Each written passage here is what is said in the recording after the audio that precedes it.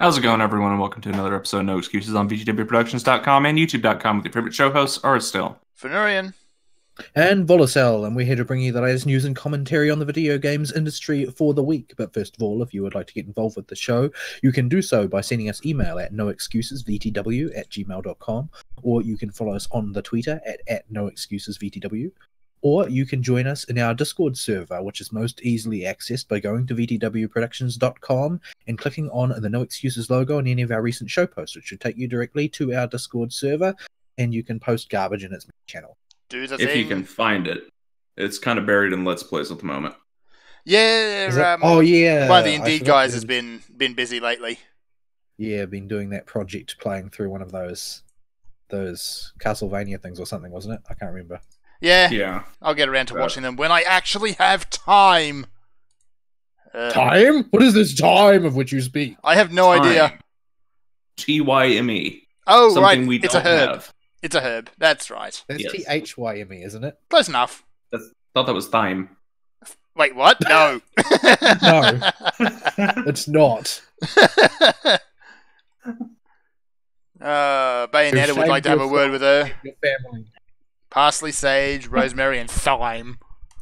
Thyme. Oh, that's how people say it down here because we're in the South and we don't have good edification. Oh, no. Oh, you're not last. You're not last place amongst the states. Oh, we're third to last I looked. We have a few select counties, and my county is theoretically one of them that is best in the country, but the rest of the state drags us down so far it doesn't matter. Oh, dear. Right. Well, what would you know about the quality of education anyway? You just skipped school. That's true. I'm glad I did, too. Yeah. Don't regret that decision at all. Stay in school, kids. Do as I say, not as I do. Now it brings to mind all this talk on the news about the Australian education system. I suggest homeschool from now on. Let's just leave it at that. So Yeah, that was pretty high on my list of plans if I get to have children. yes, Yeah. yes. Anywho, on the stream today, I'm playing a little bit of RimWorld, which got a big update a few weeks back, and I've only just gotten around to it. The game just sounds nasty to me for some reason when you say its name, RimWorld. RimWorld, yes.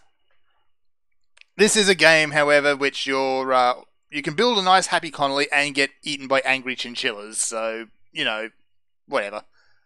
That sounds hilarious. It is. Unless it's your colonists being eaten. Do they have baklavas on their head? Well, No. Well, I think we need to mod that now. I mean, you say that it's not amusing if it's your colonists being eaten, but Actually, yeah. I know it's for a still fact amusing. that most people were deeply amused at a lot of the SimCity Godzilla disasters and stuff. You mean the instant hilarity button? Yeah, and who didn't enjoy feeding their citizens to their creature in black and white? I mean, come on. Yeah. So yeah, there's all sorts of shenanigans that can happen in this game. Apparently, I haven't had it come up for me yet, but there is a new mental break. So once one of your colonists get unhappy enough, they kind of snap and have some sort of debuff or action put on them. Apparently, they get a new one called Australian mode, which basically means they run around dropping C-bombs all over the place. I see. So, That's a polite greeting in Australia, tis. from what I understand. It is indeed. That's one of the super no-nos in America. Yeah. It's still a super no-no in Australia, but unless you're talking to someone you're friendly with. Context is everything. Wearing a wife beater. Yeah, I don't believe in context when it comes to language. Neither does the media, apparently. But anyway, shots fired again. So yeah, we will see what happens. I think the last time I played the game on stream, everybody just starved to death, which isn't funny in the slightest. Well, that's a boring way to go. Yeah. And it's At least- worse the harder you fight against it. Well, At least drop a nuke on them before the stream ends or something. I can't. That's not an option. If the show was longer, they might get eaten by radioactive crabs, though. So there's always that. Something to look forward to. We know what we got to do. We got to keep the show going until radioactive crabs. That sounds like a really bad STD. Yeah. Actually, hang on. There should be, if I look around here somewhere, there should be a ancient evil. No. So somewhere on the map, there is usually a small walled-off area. Not every map has it, but most of them do. And inside there is usually a lot of valuable loot, but also something horrible, like, killer robots or radioactive crabs. I do not seem to have one on this map that I can see. But while you're radioactive crabbing your dudes, you should tell us about your week. My week. Do I have to? I don't want to think about it any further.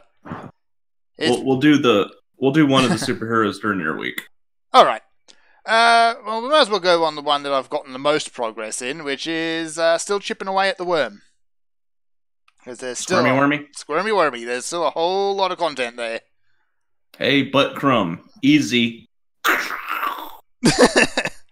Best death line ever. So, yeah. I've gotten up to... I'm not entirely sure where I'm up to now because my phone battery's died. You're 26-ish out of 30. Yeah, when the roaming band of psychopaths makes their reappearance. Yep. When Jack comes back. Yep, Jack comes back, and there's a whole lot of him now. Well, there's still only one Jack. That's probably a good thing. The world couldn't handle more than one Jack. No. I should really probably pay attention to what I'm doing here, because things are going to go horrible. Anyway. Still enjoying it. And yeah, the quality of the narration on the audiobook is still varying wildly in quality. The good ones get consistently good at this point. NSPB still can't emote to save his life when he's doing girl voices. No. He can't convey emotion with girls at all. And Meg is awful. Meg is the worst. She's just everything. She's just bad at it, yeah. She could the worst. She could be good if she'd practice, get a better quality microphone, and do a bit of post-production. But she doesn't. So. But she's just bad. And they gave her one of the boss fight arcs. Yeah. And one of the most important boss fight arcs. One of the coolest boss fight arcs. Definitely, if you're going through Worm, I would recommend you don't listen to Arc 18. You go read it. Yeah, Crushed, I believe it is called. Queen. It's Queen. Oh, yeah. Queen. Yeah, I think she did. She didn't do Crushed. She did the arc afterwards. Yeah. But that's a minor arc. That's a filler arc. It's still introducing new threats. Yeah, it is, but it's a setup arc. Yeah. You can stomach her for that one. The thing that confuses me about this is that I thought that these sorts of things, being essentially a labor of love, that you would try and do a decent job, as opposed to a really crappy one. It doesn't really make a lot of sense to me that it would be bad. Well, it's there are some really, really good readers. There's the Aussie guy, Chris, does a really good job, especially with the Traveler's arc. Rain is consistently good. He's a little spotty at first, but once he gets the project underway and starts realizing this is going to be a real thing, he gets pretty good at his job. And he's a great narrator. Yep. And then you have NSPB, who, other than having trouble emoting girls, is otherwise pretty good. Yeah. But then you have Mick. Yeah, and some of the other ones who just come in for a one shot. Yeah, the one shot interlude dudes are a thing he promised to do and just kind of had to stick to his word.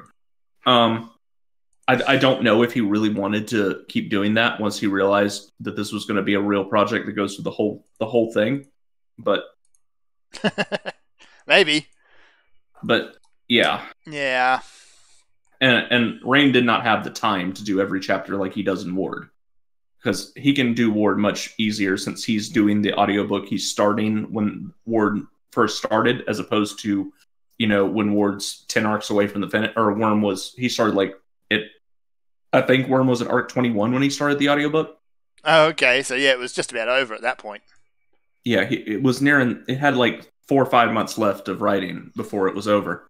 And Yeah, so he was doing it.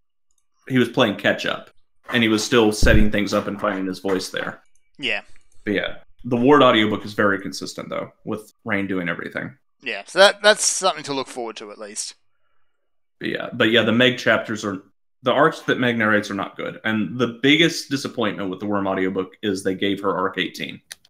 Yeah, the arc 18 should not have been read by Meg. No. Like, I think Chris should have done that arc after he did the Travelers. I think he should have done back to back with the Travelers arc and that arc. Mm-hmm. Well, that whole thing is more or less the Travelers' fault. Yeah, it's the boss fight with Coil and the Travelers. Yeah. It's their monster that they made. Yes. So I think Chris should have just kept on going through Queen, but yeah, you can't have everything. You can't always get what you want. Oh no, we're not doing that again. So, again, I thought that was a new one. Maybe. I don't know. I can't remember. We've done too many weird things like that. Oh boy. Yeah. Oh no, you went through. Yeah, you're losing the plot. You went through the end of the Coil arc all the way to after the Behemoth fight, which is arc 24. Yeah, and that was this week. You are blowing through this thing. Yes. So one thing I should probably point out on the audiobook is the mispronunciations tend to be fun. They're not super frequent, but when they are very funny. Yes. Yeah, except for that. No, that type of thing just drives me up the wall. It's I can't stand it. Well, when the chapters that Meg narrated come around, she mispronounces her way through just about everything, so it's not really fun there. But when Meg's terrible. Yeah, but when one of the more established narrators does it, and it's just kind of a one-out thing, like whenever Rain says balaclava, he says baklava. And it just ruins everything. Most of them only have one or two words they consistently mispronounce, though. Yeah. Although Meg with hyperbole and hyperbole... that was fun. ...is the worst. That's one that always gets me. And not in a good way. Yeah, Meg is terrible.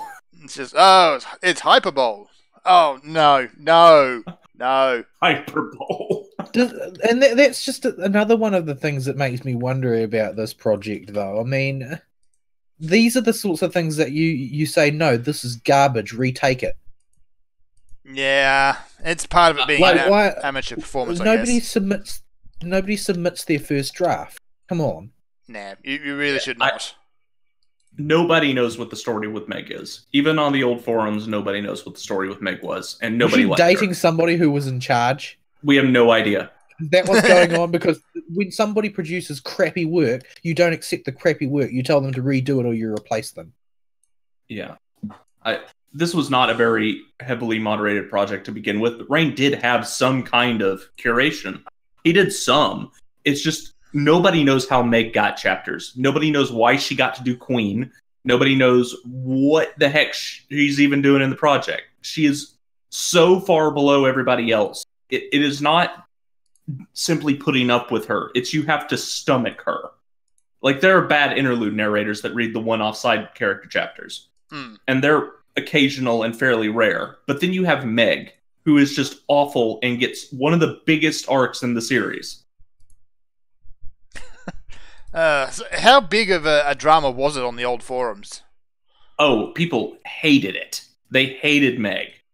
And it was a fan project done as a labor of love, but that meant that it had the defenders of the project that are like, oh, well, it's for free anyway. And they're like, yeah, but it's bad. Like, yeah. Do you have no pride? Seriously. Like, the running conspiracy theory was she was Rain's girlfriend until the end of Worm. And that's why she got to do one big chapter and one whatever chapter.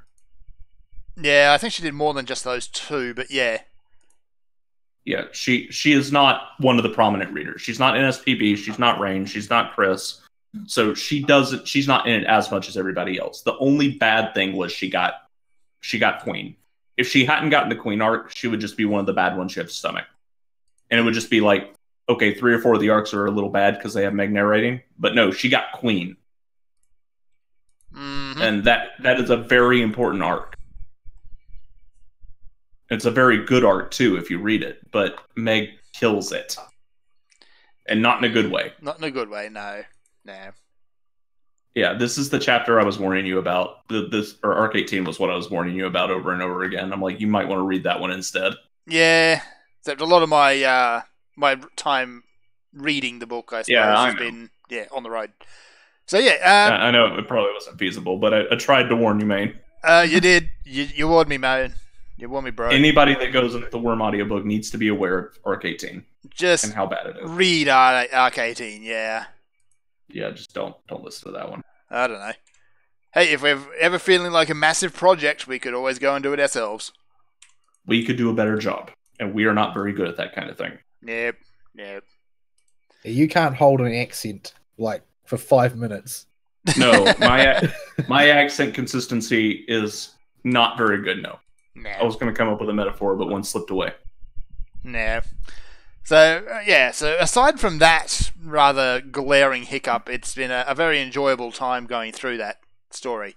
The body horror and the gore and the really nastiness does keep happening. It slows down a bit once the Slaughterhouse 9 gets off the field for a while. Almost. But then Jack comes back. And then, well, Jack's not so much the cause of the gore and horribleness. Oh, you haven't gotten to that part yet? Oh, boy. Yeah, not yet. Bonesaw is just body horror all start to finish. Her whole shtick. Where she can... Her power is more or less she can take people apart into component pieces and rebuild them however she wants. Yeah, she's a type of biotinker that doesn't have any magical manipulation of anything. She could just take people apart and put them back together, and they'll still be alive, but for a given value of alive. Yeah. So yeah, she's just a horrible, horrible little girl, and creepy as all get out. She has an interlude that shows you how her mind broke, and she became like that. You should be coming to that one pretty soon. I've just gone through it. So yeah, you can see where she's going. I'm not entirely sure where she's going after that interlude, though, so I'll have to wait and see. Yeah.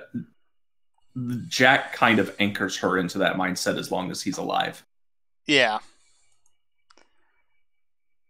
So yeah, highly recommend going through Worm if you haven't started it already, and you want something that's going to fill up, 4 weeks.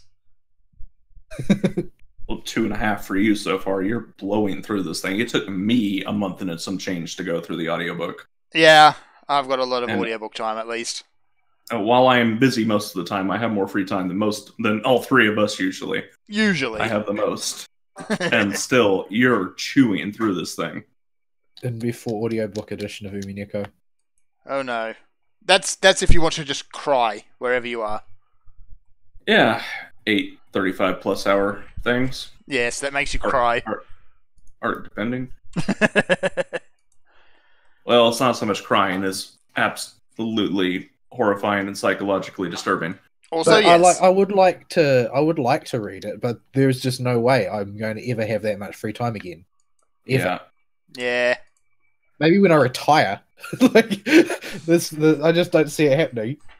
Yeah. I mean, it's good. I couldn't read it now. I had that free time in college, late high school.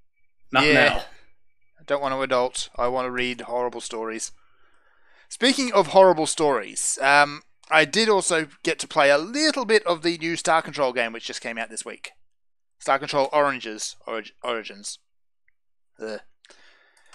I'm not going to talk too much about the gameplay at this point, because there's still a lot of stuff I haven't unlocked and need to get a handle on, but in terms of actually the writing, it is a lot of fun. The aliens you meet all have very colourful personalities, except for the Taiwan, who are the first ones you meet, who they're unpleasant, but not in the usual ways. They're kind of like that incredibly creepy and clingy kid you knew at school. Clingy. Oh, okay. Yeah. So they're incredibly enthusiastic about their friends and just a bit creepy about everything. You can try to be mean to them, but they usually say, "Oh wow, that's the nicest way somebody's said that to us ever." Oh, the kid in your group of friends that's never had a friend before. That one, yeah. Oh boy. So, I'll probably talk more about this show for last week, but I will share one little anecdote, and that is I discovered what happens if you run out of fuel in that game. So, you're puttering around space, or hyperspace, which is incredibly psychedelic because reasons, and you run out of fuel. You call for help from these tie bomb. As punishment, you don't not only just have to deal with these horrible little slug things with their creepy stares and incredibly sticky fingers, they will read you bad fanfic. Really bad fanfic. So this is like a Vogon deal. Yeah. This is more as punishment for running out of fuel. They're not punishing you for it. They think you want to hear it because you're sitting there and you can't leave. But no, the game punishes you with really, really bad fanfic for running out of fuel. There has to be a Vogon thing. Yeah. There has to be a reference to that. It's not far wrong. So, yeah, if you want to see what happens when you run out of fuel, don't. For the sake of your sanity, don't. You have been warned. But it would be funny if they all had Gilbert Gottfried's voice. No, this fanfic is of the awfulness level that even Gilbert Gottfried couldn't save it. The Steven Crowder fake Gilbert Godfrey Bernie Sanders voice. That does not ring any bells. That's probably a good thing. I'll find an example and post it in live show chat later. So yeah, I'll probably talk about that next week. But the only other game I got to play a decent amount of this week was Spiderman. But we'll talk about that in Ari's week. Okay, you want to save it for my week? Save it for your week. It's going to be a superhero week for me. Superheroes for a given value of hero in the case of Worm. Super duper heroes. No. Super sales on superheroes. Slavery. Yeah, that and human sausages. Sausage machine. Lily, suck the soul out and throw him in the sausage machine. That is a line that's said more than once. Good grief. So, yeah, superhero genre has gotten a little bit dark lately. It's more black comedy, really. Yeah. Anyway, Vol, your week. Racist. Don't really have much to talk about this week, like at all. I just haven't done. I haven't done anything new. Yeah, like, it's basically I've just been doing the usual. I didn't have the sort of free time to just buy a new game and take it on. So like these other two. So I don't know. I have no idea where you found the time to play Spider-Man, given what your schedule's been like lately. Because I sure haven't had time to embark on. I had an on-call day that was eaten by Spider-Man. I see. No, I don't. I just don't have that sort of free time at a stretch, except on like Saturday. So, and on Saturday, I've got to jam in everything that I can't do due to the lack of free time everywhere else. That's adulting. It sucks. Yes, it sucks, does. and I want to retire, but I don't have the money to retire on. Don't do it, kid. Never grow up. You're just going to Peter Pan it up. In green tights. Yes. No. But yeah, so I really don't have anything much to talk about. The anime season's coming to a close, so I don't really have anything new to say about that. Aside from maybe, thank goodness it's over. Yeah, like most of the stuff is just like either bad or banal. There isn't really. Yeah, there's very little like that stand out. The standout for this season would probably have to be, for me at least, Cells at Work. But in a good season, it would just be, kind of mediocre and on the periphery. Yeah, it stands out because of what everything else is like, which is bad. Just bad. So need more good anime. Got to shook the dice and roll again next season. No, next season's looks worse. To be like it's just as bad, if not worse. Yeah, because it's got more Sword Art Online. Yeah, Kirito's back. Alicization is supposed to be good, but it's still Sword Art Online with Kirito. So yeah, This season we know is bad because we've been going through it. Next season, there's a chance something could surprise us. It's true because Yeah. I've been through that before. I've seen shows rally that I expected were just going to be, you know, garbage and stay garbage, and they've picked themselves up at some point. But yeah, I haven't seen anything that I would call call a rally at this point. There you go. There's RimWorld happening on screen right now. I just had one of my colonists have their arm bitten off by an elk. Hang on a minute. Wait, what? Yeah, and it just almost killed another one. I have a killer elk. Don't elks eat plants? Apparently not when they're pissed off. They eat arms. Where are elks native to? Are they native to Canada? I think so. Everything's native to Canada. But there, it's dead. Stupid killer murder elk. Anyway, carry on. I just got distracted looking at the Wikipedia page for elks. Told you wikis were dangerous.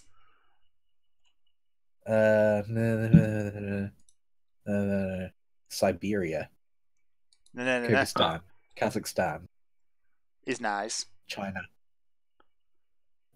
No. No. Just no. No. He's very nice. We used to have elk in New Zealand, I know that much. But I think that they interbred with other things and eventually just sort of disappeared because the deer was so much more successful. Let's see. We have a lot of funny animals down here. My backyard was a zoo one day this week, but yeah, we don't have elk. I was wondering about that. Did you ever find out why? Oh, we'll get there later. I'm saving it. Okay. Right. So before the digression into elk. Elk. Moose. Yeah. The only real rally so far this season, which is nearly over, has been Planet With, which has turned into a really, really decently solid giant robot shonen show with all of the usual trappings and a main character who like legit grows up and matures, sort of, which reminded me a little bit of Gurren Lagann. Like the shows aren't actually similar to each other in that way, but it sort of reminded me of Gurren Lagann because of the fact that the main character starts off immature and becomes legitimately mature over the course of the story. Right. But yeah, there's just not much to talk about. It was such a bad season, and it doesn't really look like that's going to change next season. Nah. It looks pretty awful. So yeah, just have to, we'll live in hope that things can't possibly stay bad indefinitely. I hope not. I really hope not. Not if the medium wants any future, though. I don't know what they're going to do. I think, but realistically, they need to shake off their addiction to light novel trash. Yeah. Yeah, and also the one thing that I've noticed is that, like, rather than doing what they do in the West and, you know, forcing social justice into everything, all of like the Yuri and Yaoi shows just sort of settle into their niche and you can forget about them because they don't bother anybody else. Like there aren't really many more of them now than there were 20 years ago. Yeah. It's just that they continue in their groove somewhere else, so you don't need to worry about them. It's somewhere far, far away from us. I still watched a bunch of them when I was reviewing basically every show a season, but since I don't have time to do that sort of thing anymore, like I can just single them out. Nope. Put those ones aside, and I don't have to think about them anymore. Yeah. But Yuri shows are currently on a bit of a kick at the moment, where there's just a lot of them around, but they tend to be quite bad, so they're going to hit commercial failure at some point. Like I usually, ever seen a good Yuri show? I don't think it's just two things with boobies or kissing. Well, that's the thing, though, right? Like there's two kinds of Yuri show, from what I can tell. Number one is just basically, you know, flowers and bubbles everywhere, and it's basically incredibly saccharine and not really digestible. Even if you like that content, it's still not really digestible because there's no substance to it. And the other kind is where everybody involved is incredibly screwed up in the head. and yeah, there's a limited audience for that type of content. But yeah, generally speaking, I think that particular industry, that particular corner of the industry, is liable to head for a crash, because after a couple of really popular ones, they try to pick up making lots and lots of them, and it's not really taking, because there aren't very many people who can write convincing Yuri stories. It's like the emotional and sexual plasticity of young women is so ridiculously high that you end up not being able to write them convincingly, simply because, you know, the characters themselves haven't settled on their own personalities. Yeah, you have to have two very convincing young girl characters to. And basically, there's no such thing as a convincing young girl character for the most part. There are very, very few people can convincingly write young girls. That's just the reality.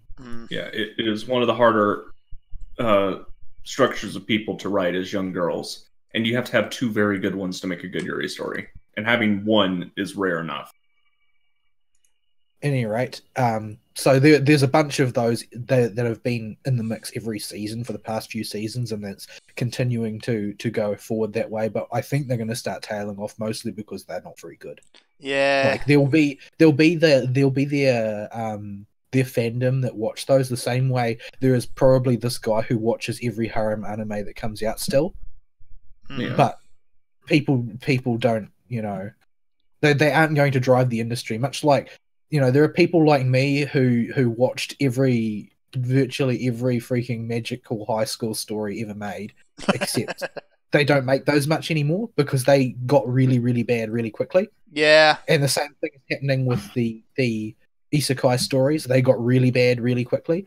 I think we'll see a brief resurgence in some of the more creative ones, like the guy who got reincarnated as a slime, the guy who got reincarnated as a vending machine, like all those things. What? The weird ones will come out next, and then the genre will die down for a while, and then we'll see this sort of trickle where you'll go from like four or five to one isekai per season.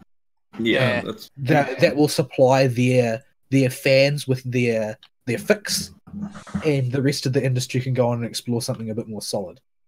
The isekai boom will finally be over. I hope.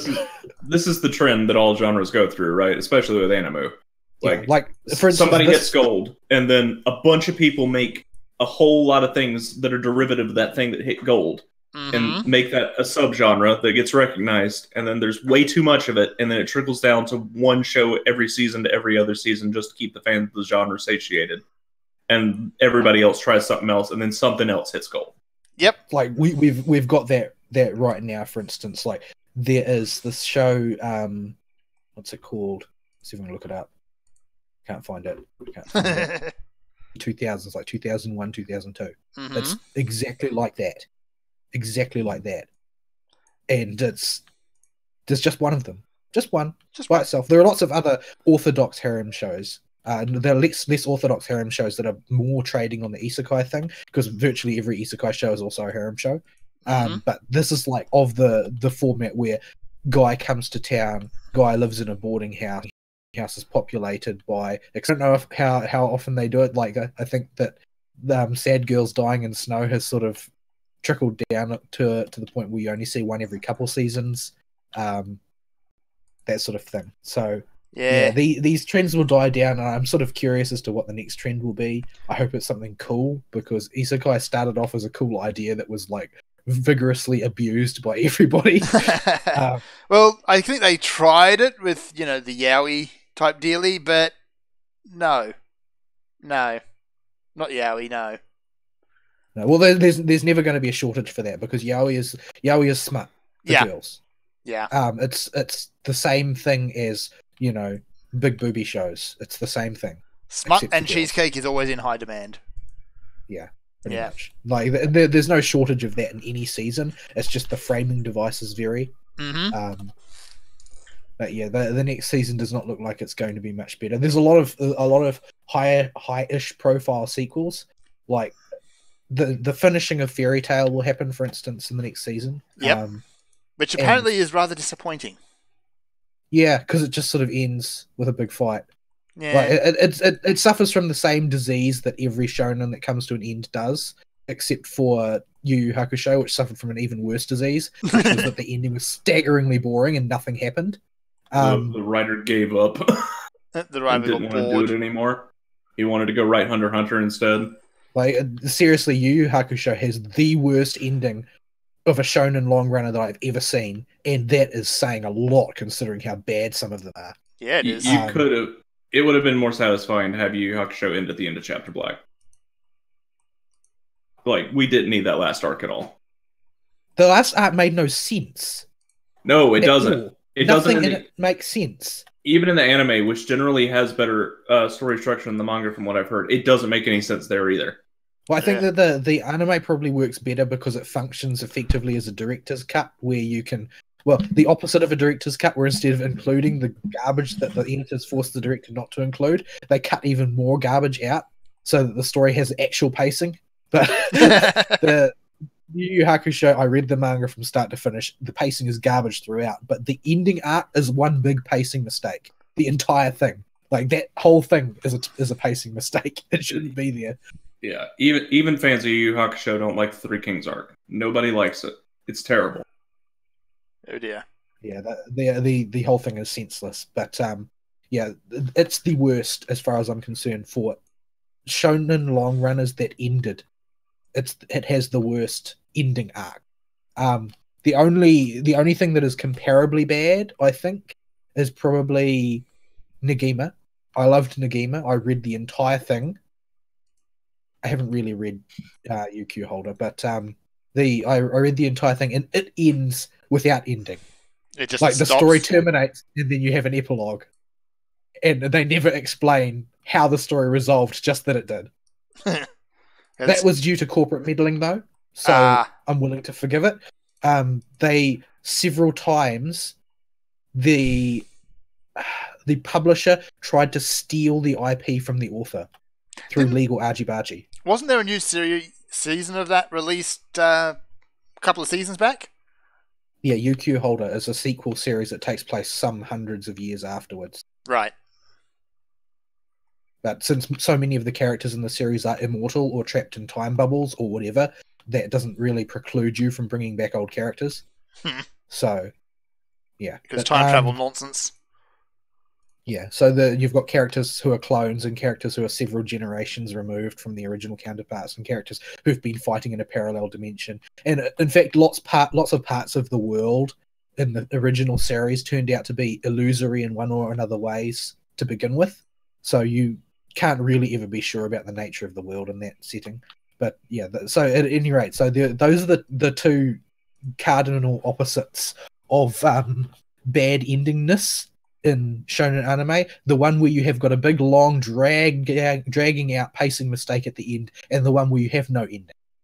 The end of Fairy Tail sits squarely in the middle, in that a bunch of stuff happens and it's not a terrible mistake pacing wise either way. It's just you're not really that interesting. It's not cool anymore. No. It ends because it has to end, not because it's compellingly ending, not because anything's really being resolved. But yeah, it just ends up feeling like a retread of other stuff done over again. But a lot of Fairy Tail tends to be like that. Yeah. So yeah, that's going to be finishing next season. The next season of Index is coming out. Good gravy! It's been a long still time. Going. The book series, like I've got like books. I've got the light novels in English up to sort of like halfway through the second season, sort of thing. Or might even be less than that. I might only have the first season's worth. And that's like 10 books. But there are like 50 odd books in the series, or maybe more than that at this point. That series has been going on so long, I've already forgot most of the plot. Like from when I watched it, like forever ago. The thing is that the plot is sort of like worm scope. Enormous, overarching, and just kind of sprawling. Like the story's divided into two parts. The story's actually divided into about 6 parts, depending on the way you chop it up. But the main continuity, Toaru Majutsu no Index, is divided into 2 main phases, which is the original and New Testament. Nothing in New Testament has ever been animated. I don't know if they'll ever get there. But basically, at some point, 20 books in, World War III starts, and all the factions get reshuffled. So yeah, and there's lots of characters who are outwardly friendlier as sort of like internally Machiavellian. Like there are very few of the villains are outwardly super villainous, but virtually all of them are Machiavellian. Right. And pretty much everybody is a villain sooner or later. They're just everybody's very, very self-interested at that certain level, and so you end up with like the good guys end up being the dregs that fell out of the rest of the system in various places, and even villains end up being on the good guy's side. Like there is no question that Accelerator is a villain, and like he barely even qualifies as an anti-hero once he's done his heel face turn, because he's a psychopath. but he still ends up on the good guy's side because everybody else is such a dick. You still need 42 dudes to help him operate. I don't know if he ever recovers from that. I think that he still needs to use the Mikasa network as a proxy brain to use his powers. But yeah, I'm interested to see which content gets covered and how far. Like at the end of the second season, you get introduced to God's Right Seat, which is basically the Vatican hit squad. I see. Who basically have not been involved in the story up until that point. Because mainly there's a huge amount of squabbling between multiple factions of the church and multiple factions of the technological societies, each of which have multiple like for some reason they picked 4-letter acronyms rather than 3-letter acronyms for most of the agencies in the story, because traditionally it's 3 letters, right? But yep. With 4 letters you can make words more easily. More swear words. Well, I guess they don't do that though. But at any rate, so that the setting is very sprawling and very rich. So I'm interested to see how that goes. And they actually introduce a secondary protagonist at one point later in the story, I think, who is another basically a normie, but he moves about in a world full of people who are not normies, and so he's had to become a complete badass in order to survive. And unlike traditional protagonists from these types of stories, he's also not a high schooler. There's a first. I think he's sort of like a merc of sorts, who's just gotten very good at dealing with the fact that everybody outmasses him on the sheer power scale by an order of magnitude. So he's just very clever at finding his way through things, unlike the primary protagonist who hits things with his fist of justice. Because why not? I mean, it works out for him a lot of the time. But he ends up in hospital at the end of every arc. Like, except for one where he doesn't end up in hospital and he tries to brag that he didn't end up in hospital. He ends up hospitalized because of that? For him. Nearly. Oh dear. But yeah. So that's coming next season. I don't know how many episodes they're going to run it for, but there's basically an infinity amount of content. I think that this is basically a test pitch to see whether the Index still has legs for the current audience, because it was super popular back in its day and then it dropped off the map. But they're doing some joint like promotional stuff with Sega and that sort of thing, and they've got that new video game coming out and so on and so forth. But yeah, the new season of Sword Art Online, as I've mentioned, is coming out. As I mentioned, it's supposed to be a good arc, relatively speaking, but it's heavily Kirito focused. You immediately say Kirito, and that's my attention gone. Yeah, like I really enjoyed the recent Gun Gale Online anime, like, because there's no Kirito anywhere. He's mentioned offhandedly as some weirdo decided to enter the Ballet of Bullets using a sword like an idiot and somehow managed to win. Like, that's the only mention Kirito ever gets. That sounds like a typical Kirito arc.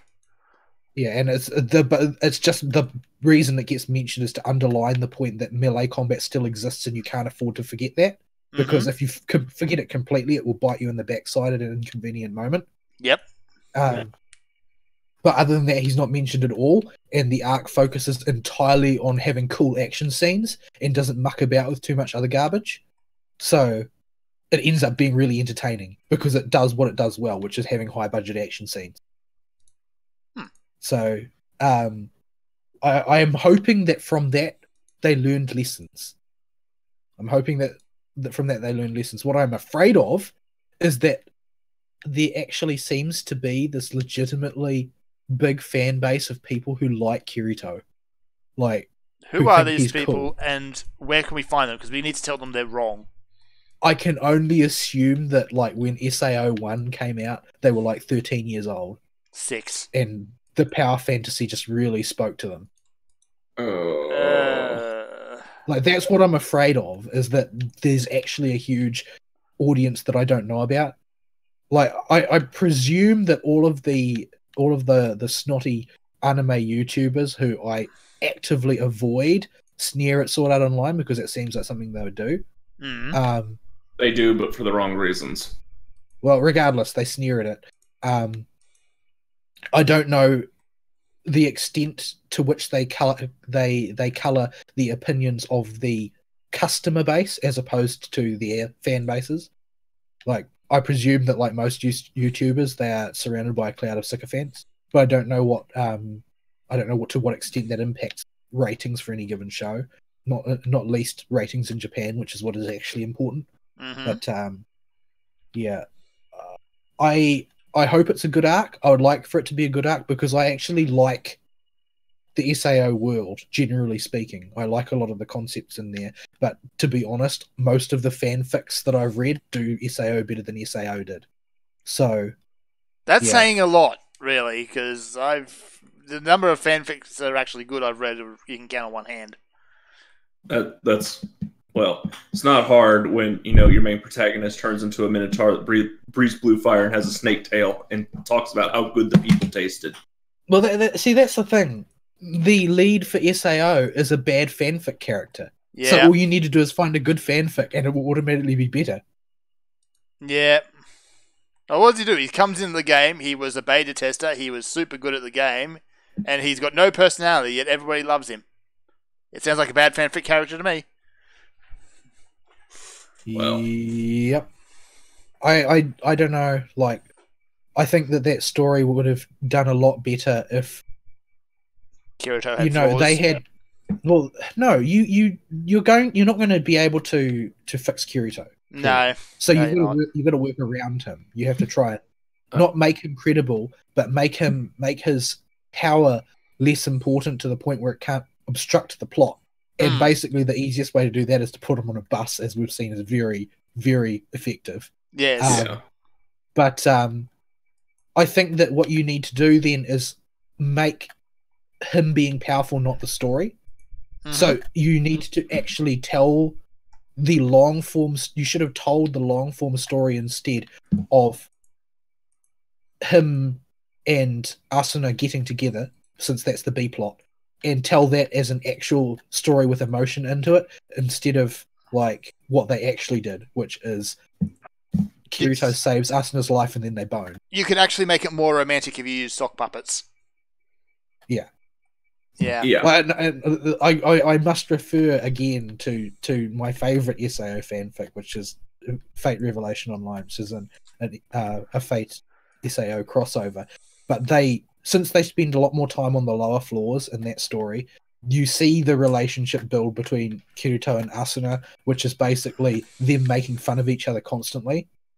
And sort of like, basically everything, Asuna's character gets centered around sort of like, she doesn't get mired in her berserker phase and then suddenly become an angel the way she does in SAO, off screen no less. Yes. But instead she ends up being like the long-suffering teen mom for a whole bunch of misfits. Like, her guild leader is Ilyasville von Einsburn.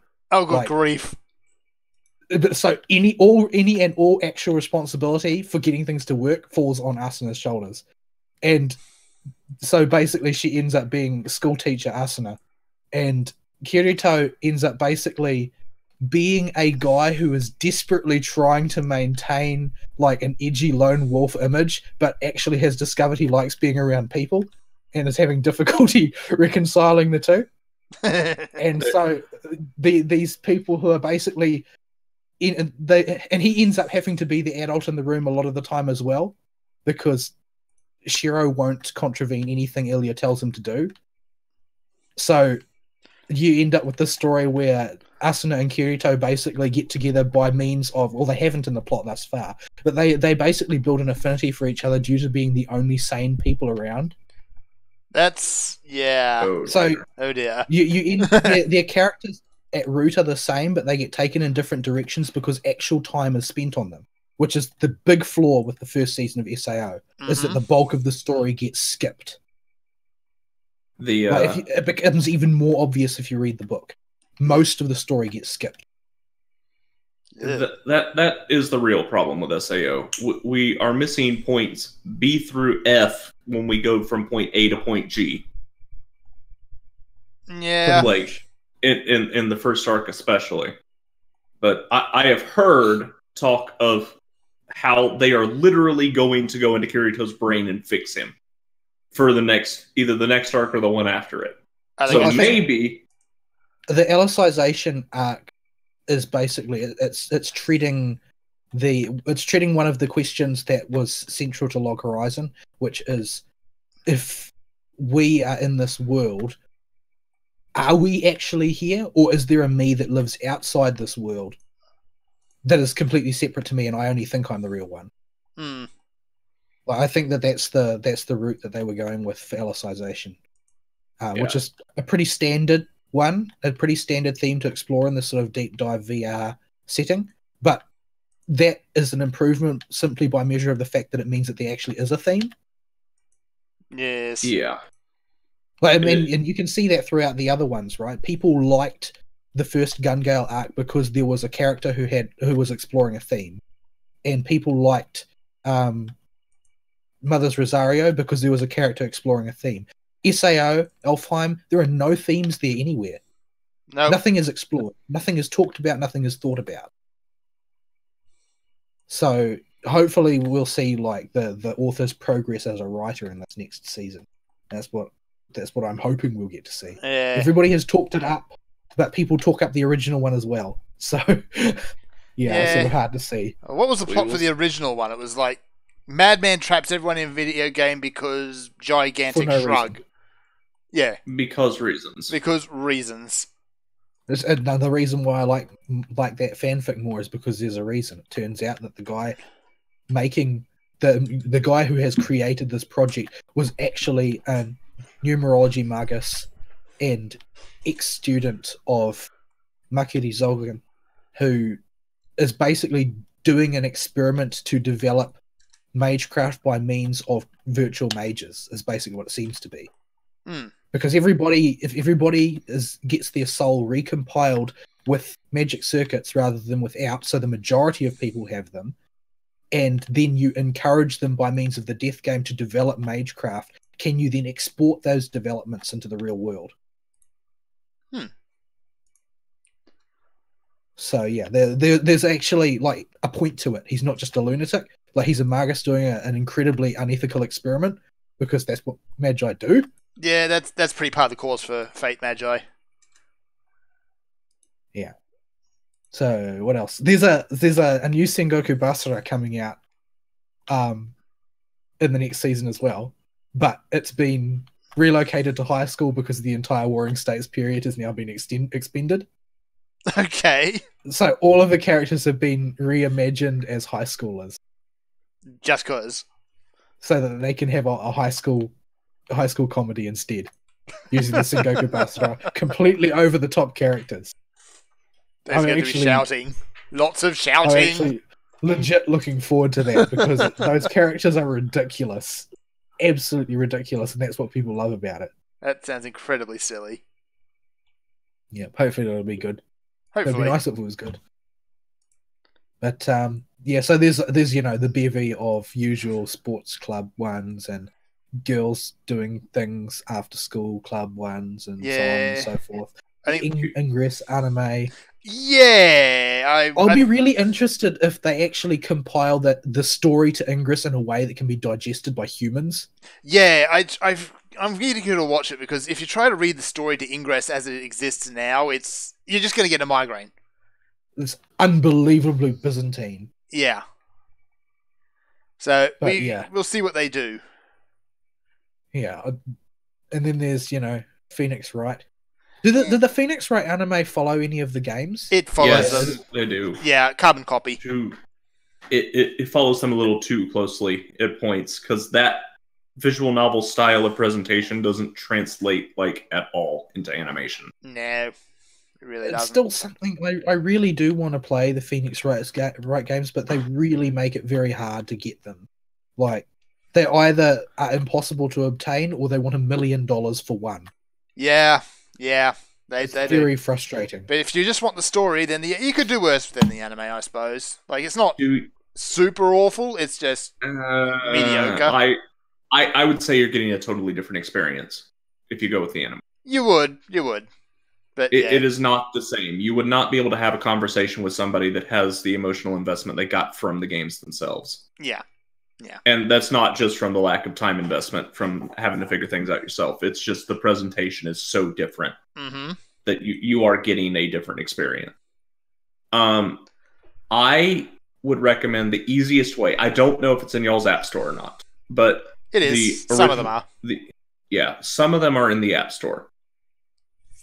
Yeah. And the only warning I would give to Phoenix Wright is the second game had problems in development, and the only really good chapter is the last one. Yeah. But then and every game has third case syndrome. Third game is Godot. Yeah, third game is Godot, and third game is really, really good, but you have to play... It is the end of a trilogy. Yes. Yeah, you cannot just jump straight to Trials and Tribulations. Now, what you can do is, if you don't feel like sitting through the game, the Let's Dub Project on YouTube did a really good dub of Trials and Tribulations, especially the last couple where they got their feet underneath them. But you have to have the context from the first game and the second game to understand what's going on. Right. I would recommend you play through Ace Attorney 1 and 2. If you like playing through them, go through Trials and Tribulations, which is, everybody agrees is the best one. That's pretty much the consensus. You endure 2 to get to 3. 2 has some really not good cases in it. It really does. Apollo Justice is up to you. It is fairly optional. The characters introduced are important later, but you can wiki them and get the information you need. Some people really like it, some people really don't. Dual Destinies is pretty good overall, although it has a pretty weak main villain, so you might consider waiting on that one. And other than Dirk, there is nothing of value in the last game. Yeah. Spirit of Justice. Spirit of Justice. Me and Fern did a whole breakdown. We had nothing one week, and it was just us two. Yeah. I mostly liked Spirit of Justice, but then you hit something that just takes you out of that game immediately. And there's quite a few moments like that. It has problems. Yeah. But then Dirk shows up and is just awesome. Dirk is awesome, but Dirk can't save a whole game. No, he can't. But yeah, check the iOS store for Ace Attorney 1 and 2. And if you like the gameplay style, play 3. And then if you don't like it, you can go to the Let's Dub Project and go through their version of it. The second half of it especially is really well done. First half, the main guy playing Phoenix is a little shaky, but they get a lot better. And I really, really like the guy and the ad-libbing they do when the guy playing the game and recording it is doing a bad job. Yeah, they tend to go off the rails a little bit. Yeah, but I think it's the Let's Dub Project that does it. Let me see. Here we go. So Phoenix Wright on the iOS or the App Store, the Google Play Store. You got Dual Destinies is up there for $26. Spirit of Justice is up there for $28. Apollo Justice for $21, and Ace Attorney Investigations is for $23. You know, consistent pricing would not be a bad idea here. They're all pricey, considering how old they are. They're consistently expensive, yes. And those are $7 Australian dollars. Those are Australian dollars. They're $7.50 in the US. Or at least they were last time. Or you could get the live action Ace Attorney movie for $4. Don't do that. Don't do that. I like that movie, but for all the wrong reasons. I posted in live show chat in our Discord if you want to go to it. The playlist for Trials and Tribulations Let's Dub Project. Yes. So advertising the Discord. Indeed. Go to the Discord and, post horrible memes or something while you're at it. But yeah, that is the Phoenix Wright best I can help you with. Yeah. Or, just pirate it. No. Wasn't going to go that way. I mean, don't pirate kids. It's bad for you. But it is a thing you could do. You'd have to get the fan patches for the GBA games, though. You don't want to play it on the DS on an emulator. You don't want to do anything with a DS on an emulator. It's really janky. Yeah, the DS has always been rather janky to emulate. But yeah, that was basically filler content from me because I didn't do much this week, and I really would like that to change, but things still aren't very stable at work because they brought in more people to train. They keep shuffling the roster around. Can't decide, can't settle on anything. Don't really know why, but yeah, I hope things will settle down. I just want things to go back to a routine so that I can, Nope. retain my sanity. Corporate idiocy. I don't know. The problem is that the upper levels basically keep their intentions completely opaque to the people who are on the lower levels. So when they don't accomplish what they want, it's usually because we don't have any idea what it is, so we are in no way assisting. So yeah, I don't understand why. I think honestly, I think that there's just a lot of power hungry paranoia, not like consciously, but there's a certain layer of the business that thinks that basically the people who are doing the actual work are machines who do the work, and that telling them anything won't have any effect because they're all just dumb machines. Mm-hmm. Except when they need somebody to blame, in which case they're fully autonomous human beings. Yeah, that sounds about right. But yeah, so it's very frustrating dealing with this sort of top-down behavior, and it's worse when we get micromanaged by somebody who doesn't normally work there. So and somebody has no idea what they're talking about. Well, the thing is that they know what they're talking about from like a bird's eye view, but they don't know what it's like to actually have to meet the requirements, meet the demands on the ground, because they can just disappear anytime things get rough. So yeah, it's very frustrating dealing with that. But I hope that it wears off soon. Hopefully the training of the new people will get completed, and then we can just stop worrying about this crap and go back to doing our work. Because honestly, it's getting to be a real nuisance. That they found a way to give us more help and simultaneously use that to make us less efficient, which is really the opposite of what they claimed that they were going to do. Therefore, logically, what management would do to solve the problem. But yeah, it's just very, very frustrating at work right now, and it's not impacting the amount of hours that I spend there because the workload has been modestly lighter for the past week or two. The problem is that the efficiency has gone down and the stress has gone through the roof. Like, the tension in the room is just insane compared to what it used to be because we're constantly being micromanaged. Like, every time we do something, there's something very, very subtly wrong with it, and we have to sit through a lecture on it rather than doing our work. So it's very, very frustrating, very, very stressful. Everybody is unhappy except for the person lording things over us. So yeah, I hope I can either find another job or things will just cool down for a while.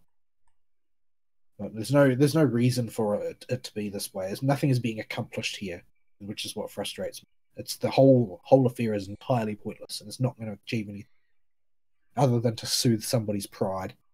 So it's hard to give recommendations to people in other workspaces because every situation like that is unique to the workspace you're in. Except for the fact that they were frustrating. That part is almost universal. Yeah. Oh, yeah. I don't know how the power dynamics work at your business, who you could put leverage on, who you could get in your corner, whether you could raise an issue as a group or not. how good are your personal relations with every other employee that would possibly be on your side. Stuff like that is just stuff that I can't quantify, so I can't give you any real solid advice on how to deal with it. Well, I'm not really here looking for advice. I'm mainly looking to complain because it's. I know. It's just there's literally nothing here other than you got to figure it out, man. Yeah. So yeah, I've continued working away at Umofest. I've cleared all of the standard matches, and I've managed to clear a few lottery boxes. I think I'm on like the 11th or the 12th now. So I've got a decent number of EXP cards in the mailbox.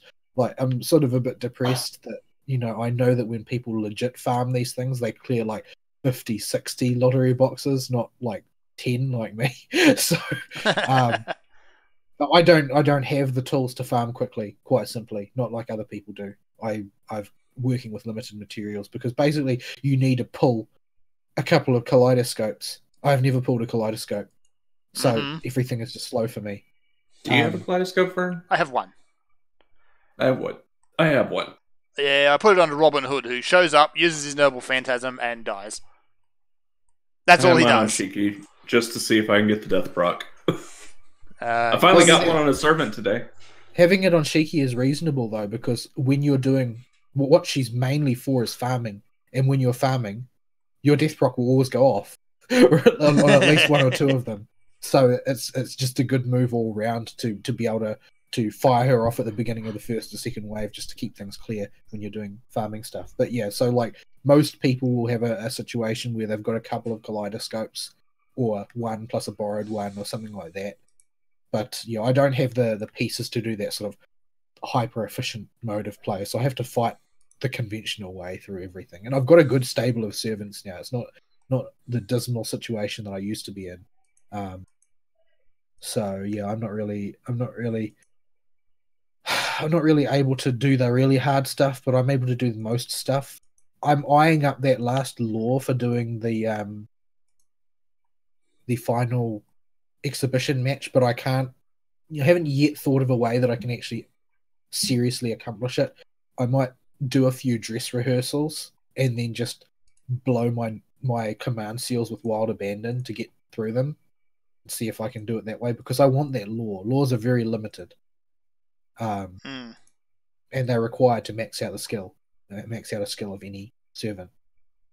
So I'm not really sure how I'm going to handle that. That last fight is tough stuff. I have beaten one of the exhibition matches, the one against Siegfried, which was a close fought thing. I screwed up pretty badly at one point, and I ended up doing several rounds of 0 damage because his defense is through the roof. But I got there in the end. Kirihime burned him in the bell. It was all good. Yeah, it was pretty rough. No, it wasn't Kirihime actually. I used Kirihime to burn Gilgamesh because I attempted the Gilgamesh one. And the Gilgamesh fight is just like, he's enormously powerful. He has got a hit point pool the size of a small planet, and you've got to beat him before he beats you down because he can use his noble phantasm every 3 turns. So, and that will kill everybody basically. So, yeah, I got him down to 200,000 hit points. So if I had at the appropriate time just blown a command seal, I could have just double tapped him with a noble phantasm and got him down, but I wanted to sort of avoid doing that. Later on, I'll probably just, that way of thinking and do it anyway. Woot, Fumax on Shiki. Nice. For attack anyway, I still need some HP. Yeah, I'll probably deal with I'll deal with that at some point in the future, probably, because I know it's within range of me doing it, just barely. I'm not sure whether or not I can do the Hassan one. It's a very long marathon fight, especially considering you have to use a set of 3 non-offensive servants to do it under most strategies. But I think I've got enough of the right servants to put together a team to do it. I'd probably try something like Medea, Tamamo, Irisfield, something like that. But Tamamo's the only one of those that I've got like decent leveled skills on. So it's going to be a pretty rough one, but I might be able to do it. I might. I still haven't come up with a strategy that could get me through Heracles. Like, I just don't have a way of defending myself for that long. Yeah, just gotta put the Glad and Gladiator. And like, if I like the most likely killer for him would probably be Summer Artoria. Like, if I push her level all the way to max and then can support her for long enough, she could do the trick. The problem is I don't have a good idea how I can keep her alive long enough to do that. It's one of those things that, like, the strategy actually converges on stability the fewer people you have on the board. Like, the solo strats that I've seen for most of these exhibition matches look way more reasonable and stable than the team ones in some cases, simply because you know which cards you're going to have available, you know when you're going to be able to do a Brave Chain or an Arts Chain or whatever, which is not a privilege that you've got when you're using a full team. Mm-hmm. So, yeah, I don't know. I've seen solos of, like, I've seen Nero, like 4-star Nero solos of several of these fights. That triple guts, man. Yeah. My goodness. She doesn't die because she just says, "No, I don't feel like dying." Except Umu. Except, more narcissism.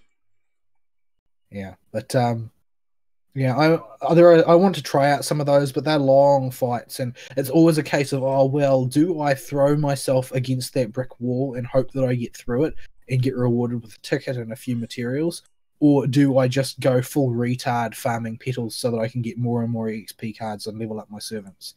Like, it's very hard for me to decide.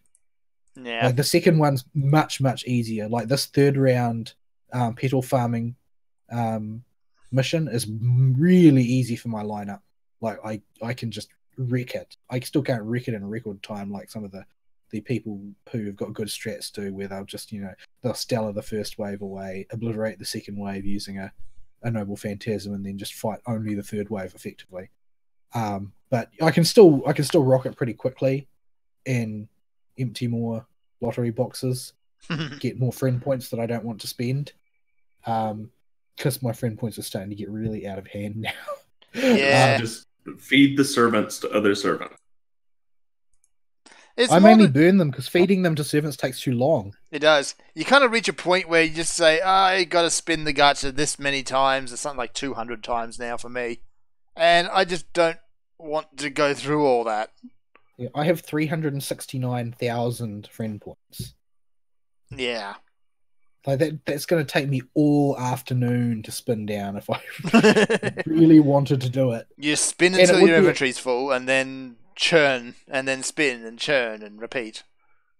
Well, the thing is, it takes a real long time to efficiently digest all of those CEs as well, since you've got to do them in sort of pyramid fashion to avoid spending a huge amount of QP. Mm-hmm.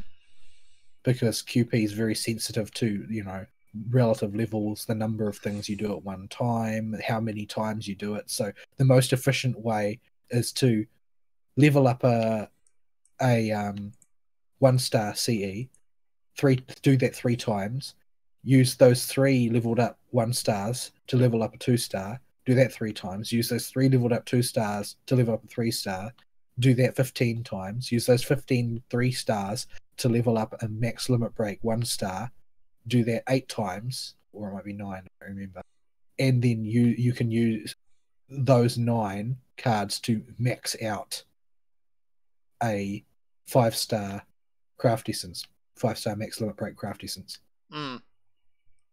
But that's the way to do it without breaking the bank of QP, because if you've ever leveled up a skill to max, you know that QP can just vanish without warning. Yeah, it's very, very alarming. It kind of goes poof. Although this event is a very good way of earning decent amounts of QP as well, because there's basically no bottom to it. You can just, as long as you keep emptying those lotto boxes, you can keep building up QP. So it's a good way of building up ahead of steam if you're planning to start leveling skills up. Mm-hmm. I'm not sure how many I've got. I've got 197 million right now. Whee! Which is peanuts. It sounds like a big number, but once you start leveling up some 5-stars... Yeah, it'll just vanish. Yeah. So, yeah. this week I'll probably take a few pot shots at the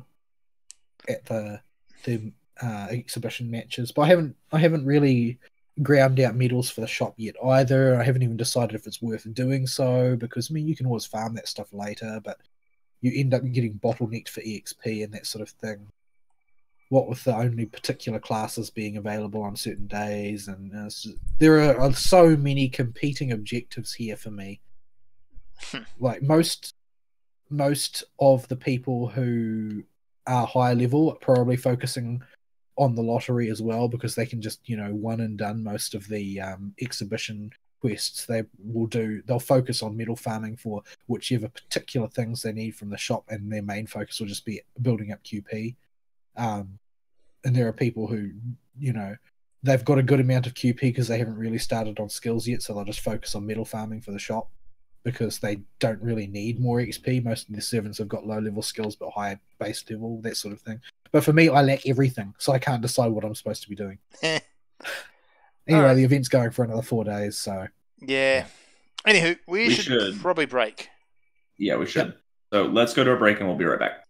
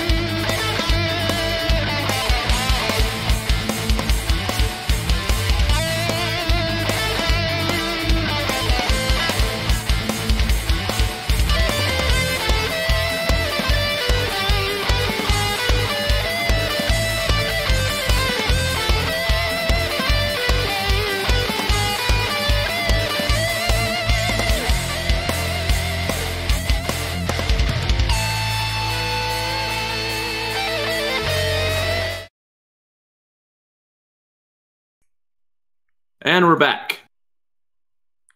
Yeah. That's it? Okay. Yeah, that's all we got. That's all we got. That's all we got. So, Vol, your week was going. Yeah, that's it. I don't really want to talk anymore. My week was depressing, and I was just trying to avoid thinking about that.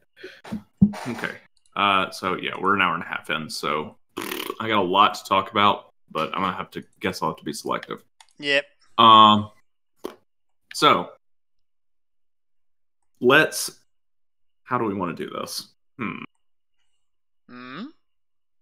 There's a couple ways I could approach this. And okay. We'll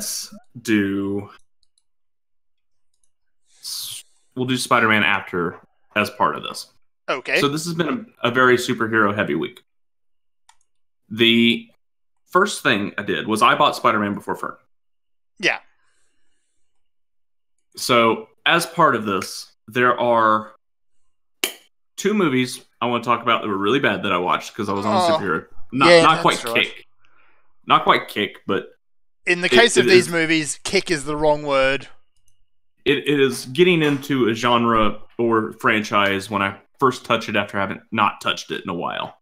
Like, I ain't no Frenchman, okay? I ain't no upper-class elite Frenchman that only eats, like, hors d'oeuvres for dinner. No, in the South, we get a big honking meal, and this means I gotta dig into the whole dang franchise. We're expected to eat the whole thing whenever I get into something. So, I've been digging into a lot of Spider-Man stuff since I got the game. And I'll start with the good before we do the bad. So, I did not finish Infinity War in the theaters. We had to leave because somebody was sick in my group that I went to see it with. So, I never saw the whole movie. Wow. So, I watched it for the first time today all the way through. Nice. And a lot of people really like this movie and say it's the greatest thing ever of all time in the Marvel Cinematic Universe. And they might be right. It's pretty close. It's a good movie. Ragnarok was better, I think. Well, a lot of what Ragnarok did as a Thor reboot carries over into this one, so the Thor bits are really good. But I think it is really good as a movie. Just as a superhero movie. For its genre, it's a good movie. I had a lot of fun with it. It is one of the few Marvel movies I haven't had my finger on the skip forward 5 seconds button the whole time I watch it. Which is becoming a rarity. As I get older and consume more media, I start pushing that button more, even if I like something. Right. But Infinity War made me not feel like I ever had to push it. It had a really good pace and stuff was happening the whole time. And they did the smart thing with this big cast of characters. They split it into 3 teams and told their story simultaneously rather than alternating between them. So the opening events happen and they shift perspectives, but they keep it at the same pace. And they keep the events each team is going through related to each other, which was really smart. You have Iron Man's team with Spider-Man and a few of the Guardians on Titan, Thanos' homeworld. You have Captain America and the people from the totally real country of Wakanda beating off Thanos' invading forces and what they're doing and trying to destroy the Mind Stone before Thanos can get it. And then you have, what was my favorite part, was just Thor, Groot, and Rocket Raccoon going to, forget what it's called, the Dying Star, where they forge all the super weapons in the Marvel Universe to make Thor a replacement weapon for his hammer to make Stormbringer the axe. With Giant Dinklage. Yeah, Giant Peter Dinklage. Yeah. So they say a Darth is living there, and, you know, they have interpreted this character, or any of the Brock siblings, as big before, but the fact that they cast Peter Dinklage as the Darth and made him giant, something... I could not see Tyrion Lannister. No. Just from the way they set up his stature and the way his character moved and talked. I think it was more Dinklage getting back to his roots, where he was doing some rather incredibly nerdy movies before. Yeah, but so it's like Thor has to restart the Starforge to make his super axe, and they do a good job of hyping this axe up, and it does do damage to Thanos at the end. Mm-hmm. If he had got there a second sooner, it would have won the fight, but he was a little late.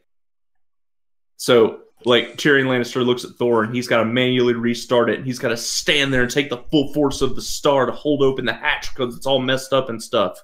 He's like, "You understand, boy? You're about to take the full force of the star. You'll die."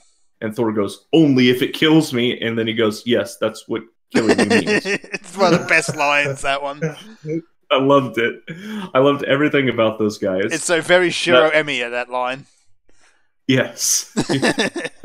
Well, this is what I heard about Thor Ragnarok as well, though, right? Like that what really carried it was the fact that the Thor segment of the universe decided to stop taking itself seriously. Yeah. Yeah, it's a soft reboot for everything Thor Ragnarok. Well, Ragnarok, and it's for the better. It wasn't so much that, but although that was a really good aspect of it, it was because the director was a Kiwi from New Zealand, of course.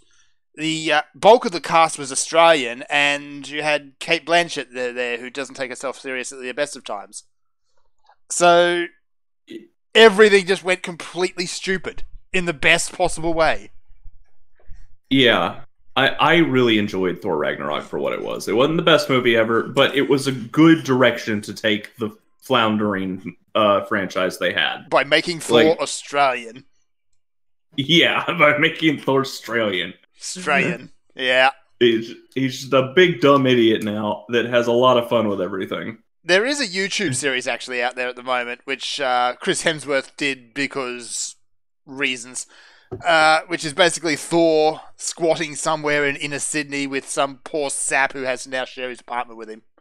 I've seen that. It's really funny. It is funny. But yeah, he's like calling Rocket the rabbit. He's like, "Come, rabbit." Come, rabbit.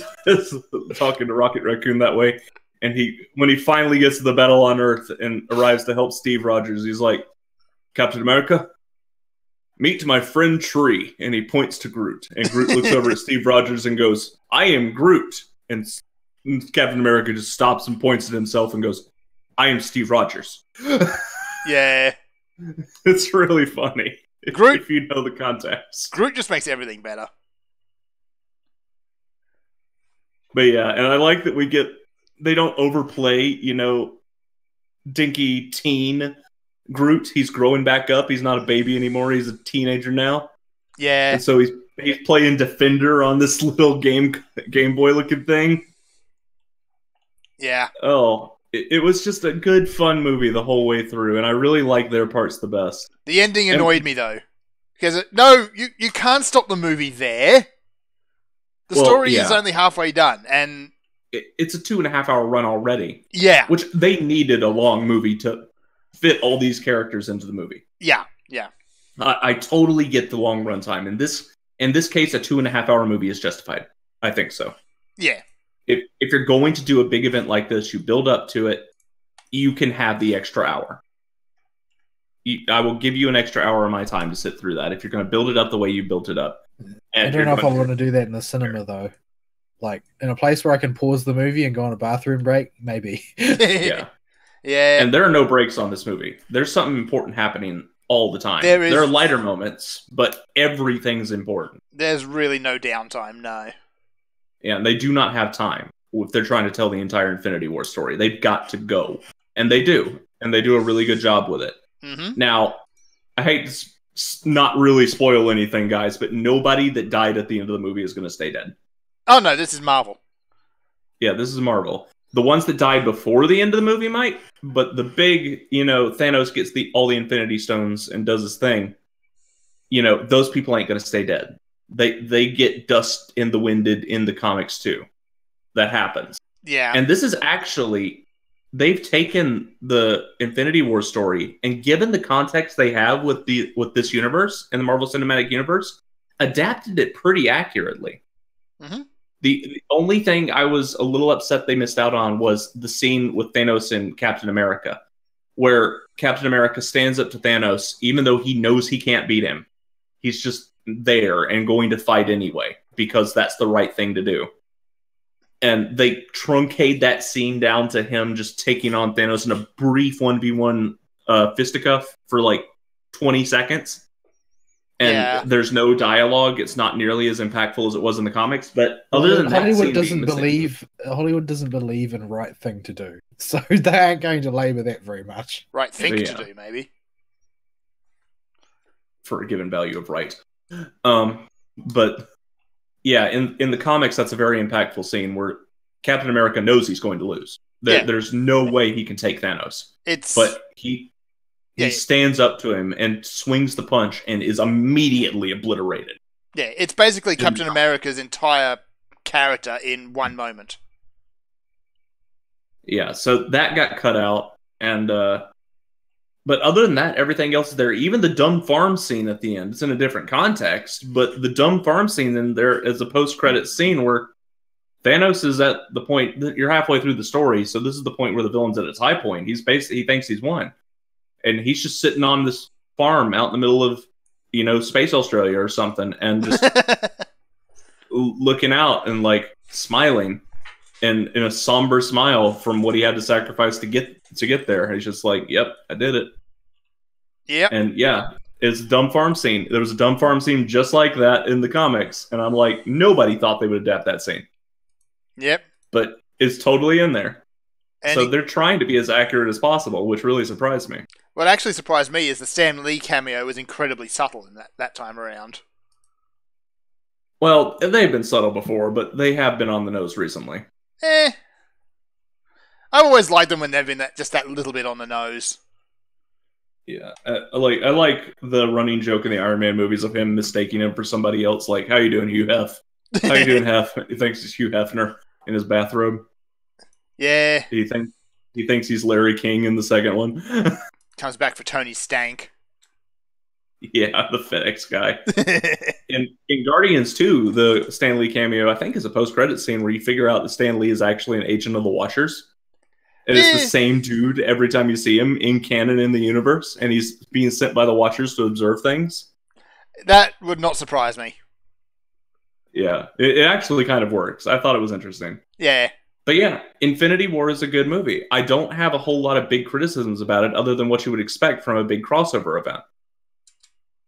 I mean, and yeah, not all characters get shafted either. Most characters tend to get a good amount of screen time, and there's a fairly even distribution of lines between the 15 or whatever leads they have in this movie. I mean, except for Black Panther, but that character's terrible anyway. He's stoic at the best of times anyway, so yeah. I mean, his villain was better than he was in that movie. And that what movie about Black Widow, the hero who never does anything? Her hair, I don't remember her in the movie. She was there. Was she the white-haired one? Yeah, for some reason she's white-haired now. Yeah, because I wasn't sure if that was Black Widow. Yeah, that is. She was part of the obligatory girl fight at the end. It had 4 girls this time. 3 girls fighting 1 girl, but yeah, she was part of the girl fight. Yeah. The Shifu going on. Yeah. But also, you said you don't like Black Panther, so that makes you a racist. Just saying. Hope people have been calling me racist since the day I was born. I'm Southern. You think that affects me? You think I care if I get called racist? So stupid, that whole thing. Yeah. Racist to me is like hello. Like, you racist. Yeah. How you having a good day too? Anyway. I do recommend you go see Infinity War if you like the Marvel movies, or if you just like Marvel stuff in general. It's a fairly good adaptation given the universe they had. Mm-hmm. I was pleasantly surprised. I was expecting a mediocre movie at best with all the praise it got, but it's actually a fairly good movie. So we're going to do good, bad, good. And now we're going to go to bad.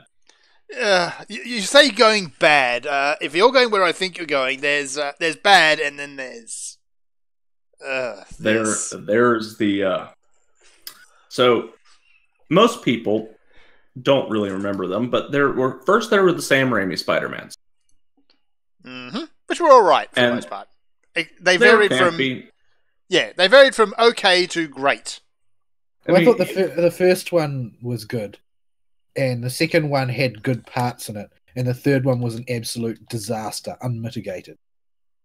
It has been so long since I've seen them, and the only scene I really remember from them is Green Goblin in the first one for some reason thinking he's going to turn Spider-Man to his side by kidnapping him and sticking him on a rooftop and having a dad talk with him. Yeah, Green Goblin's never been overly sane.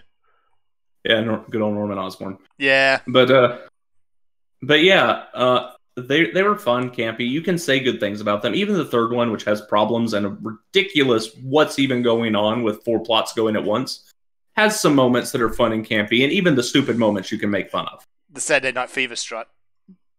Yeah, like all the emo Spider-Man dance around while he's corrupted by the Venom symbiote, which isn't quite how the Venom symbiote works, by the way. I think it's influenced by the people it possesses, not the other way around.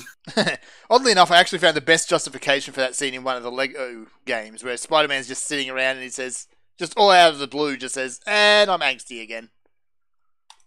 Lol. That's funny. Well, that makes more sense than what happened in the movie. Yeah. But anyway, the scene's dumb and funny, and you can laugh at it. And probably should. The new Homecoming movies are okay. I am not the biggest raving fan of them, as most people are that see them. I think they're pretty good. I'm not a big fan of teen dramas. And these movies feel much more like teen dramas than superhero movies. And I'm just not a fan. That's been Spider-Man all the way, though. Yeah. It's always kind of had this balance between teen drama and superhero. Well, that's the thing, though. It hasn't really. There is a middle ground Spider-Man where Spider-Man's older. Yeah. And you can skip the teen drama crap. And I do appreciate that Spider-Man showing up sometimes. I get that Peter Parker is in his senior year of high school in most adaptations, but he's really young in the MCU. Yeah, he is. But I get that what they're going for with the Spider-Man in the MCU, and I think they're doing fine with it. That they can make a fun character with that. And when he shows up in the movies and he's like, you remember this really old movie, Aliens? You remember this old movie, Empire Strikes Back? It is simultaneously cringy and fitting. Yeah. And I think it works. I'm not sure sometimes. I'm not sure if... He makes half the cast and the audience feel old. Yeah, I have to separate my personal cringe from my objectivity, and that ain't real easy. But that's fine. But in between these two movies, a lot of people forget there were the Amazing Spider-Man movies made by Sony in a last-ditch effort to make money with the IP before they gave it back to Marvel. There's a good reason for that. These movies are awful. Yeah. They're some of the worst movies I've ever seen. Like, ever. Yeah, they are really bad. They are already starting to trickle out of my brain with just how dumb they are. But the biggest thing that should tell you how dumb they are, in Spider-Man's games, movies, TV shows, whatever, he is the friendly neighborhood Spider-Man. Mm-hmm. That is something you have to remember about Spider-Man, and he's just a good dude. He likes going around the city and helping people, even if J. Jonah Jameson is going to crap on him every 5 seconds, and he's not going to get all the respect he deserves. He does it because he likes being a good person. Yeah. In the Amazing Spider-Man series, he fits better in the Wormverse. Oh, so he's Jaden cynical?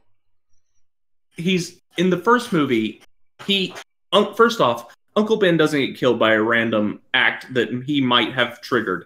Uncle Ben gets killed going to get milk because Spider-Man couldn't do it. Yeah, he ran out of milk money. So Uncle Ben goes to the store instead and gets shot by a dude who trips after trying to rob the convenience store, drops his gun. Uncle Ben, for some reason, like a stupid person, decides, oh, gun, and this is how you know this movie was written by somebody that's never lived in a country where guns are legal before. I gotta hug it. Goes, a gun! I gotta tackle the guy that has a gun! And so he runs up, tackles the guy without knowing what he's doing. All Uncle Ben has seen is the gun, and he gets shot because this guy's assaulting him. By all accounts, Uncle Ben would not be in a defensible position in court for doing that, number one. Number two, he's an idiot.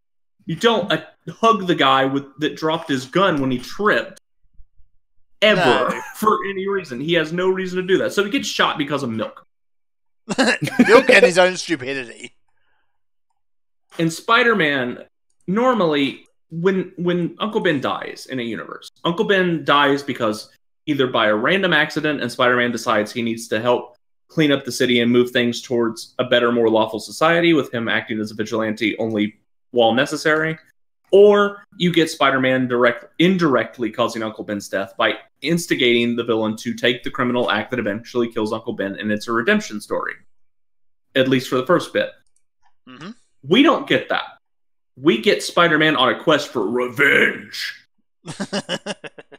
Going around, beating up punks, just for no reason, and just not even turning them into the police. He'll just go around and kick the crap out of people, look at their arm to see if they got the tattoo the guy that killed Uncle Ben because of milk did. I'm not letting that go. No. And he'll just like leave them be, and they'll just go off and continue doing their criminal stuff. It's really, really dumb. And really, really not Spider-Man. He does nothing at all to make him very Spider-Man-like. But Ari, milk is important. I understand. I drink more of it than most people. Just, it's a bad start to Spider-Man. And then we get, that goes on. That plot thread gets completely dropped. I don't even remember the second half of the first movie. Nobody does. But I know that the revenge thing happened, and then it just never gets resolved. And for some reason in the second movie, Peter's looking for his parents, which somehow, for some reason now, had a hand in the random spider that bit him. Like, the point of the spider before was this could have happened to anybody. Anybody could have got those powers. And it's the same case with Miles Morales later in the comics and every time he shows up. Mm-hmm. It's just a random thing that happens. In this movie, for some reason, Peter has decided he's going to go look for his dad because he was involved in the research that made that spider a thing. Okay, you want to roll with this as a new storyline? I can try it. I can give this a shot, but we're hamstrung by him just being a douche canoe to his best friend. For no reason. Yeah, for no reason. Harry Osborn's supposed to be his best friend, and he's like, look, I know you know Spider-Man. I need Spider-Man's blood to cure this genetic disease I have. He has no reason not to give Harry a vial of his blood. At all. It's just like, nah, can't do that. So the Osborn curse, to quote the movie, starts killing him. So apparently his genetic disease is now magic. So I don't remember what else happened in the movie. It was also unforgettable, but that was really dumb. And then we get to a part where Harry gets mad because he can't find his dad. And this is the only other part I remember, and this is where I turned the movie off.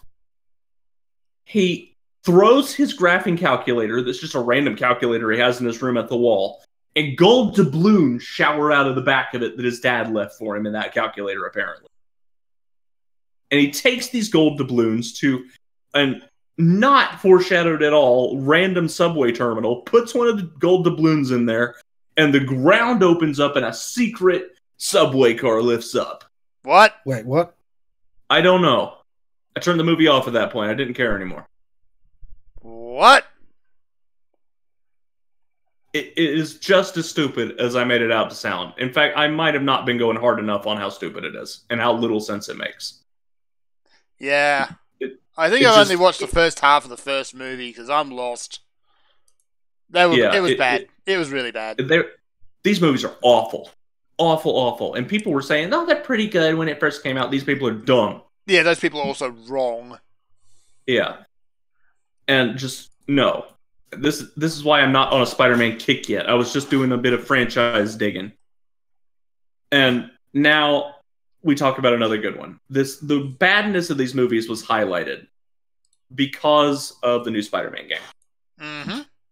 Which, before I talk about anything else in the game, this game was made by old farts like us, around our age.